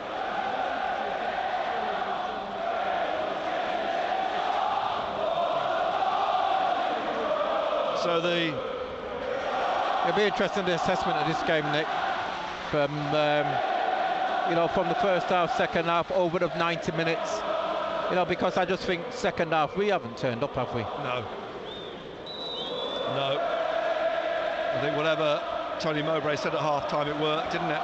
Yeah. And the ball bounces back through to Hjelde here after the free kick was taken. We're coming up to the 4th minute of the 5 being added on. Mark Roberts beats Rusin in the air, and then Ballard gets above Djukovic. It comes down for Ballard, left of the centre circle, gets it out now to Clark on the left touchline, and here's Dan Neil rolling it to Ekwa down the right wing to Barr now is taking on Bakuna, corner of the penalty area, but Bakuna's got the ball off him, and Bakuna breaking away here, Barr on his shoulder, Ekwa in front of Bakuna now, foot on the ball, Bakuna trying to cut inside, shows too much of it to Rusin, and Rusin on the touchline plays it to Barr now to Ekwa, looking for Rusin down the right wing, and Rusin having to try and come past Jordan James, and a block by James, I think is a corner to Sunderland. Patterson's gone up. Patterson is coming up now because we're in the last minute of the minimum 5, being added on by referee Stephen Martin. Desperate to get a point. So here, Ekwa is waiting to take the corner kick. Referees... the linesman stopping him? No, he is at the moment. The referee's happy now. Ekwa with this corner then in the last minute of added time, driven in, and Patterson went to head it, but the defender got there first, then heads it out. Neil's trying to put it back in, water splashing up off the pitch.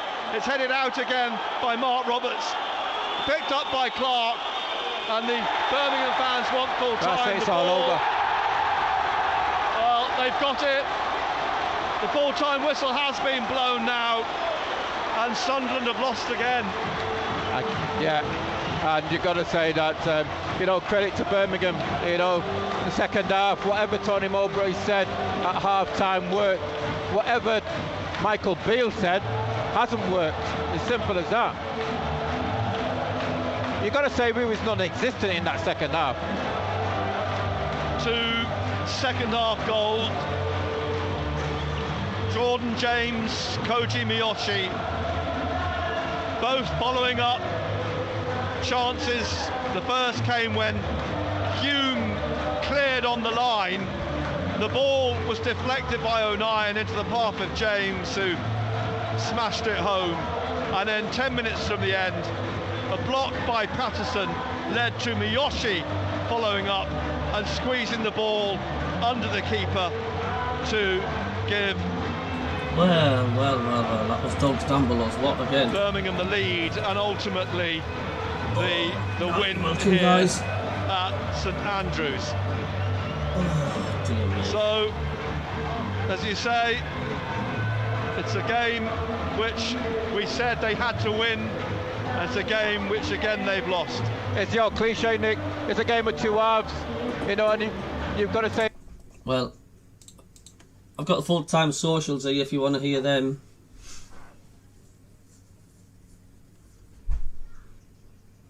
Right, see you later, mate. Not surprised under the inspiration that is one Michael Beale. Dreary post, game interview incoming.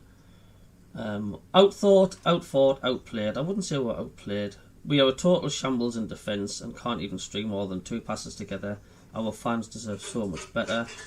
It's 2 steps forwards and 1 step back every week. Banging my head against a brick wall. In Mowbray we trust, in our model we have no trust. Absolutely abysmal second half. Seems a distant memory since we watched every player putting 110% in and playing with urgency. I'm watching half-arsed blocks, half-arsed passes, and the likes of Ekwa and Job jogging around without breaking a sweat. Birdstore hasn't shown anything to suggest he deserves another minute in a Sunderland shirt either. It's once again becoming all too familiar. Sunderland's performances, we are used to it over the past 5 or 6 years. Gutless and lazy for the large part. So much for the new regime, KLD and Speakman taking over. Because now it's happening.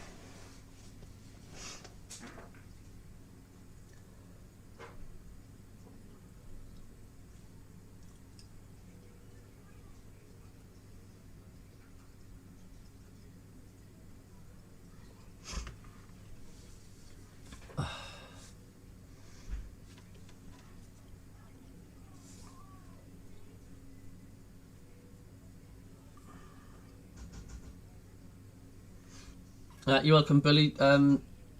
Cheers for tuning in, David Surtees, Ken Udale. Cheers for tuning in. PK Jers, cheers. Derek. Yeah, see you later, Derek, mate. Ian Waller, cheers. Alan Brown, cheers. Derek UK. Stevie Corraz, well done on your point. Enjoy your weekend, all. Talviz, thanks, Cabby, welcome, mate.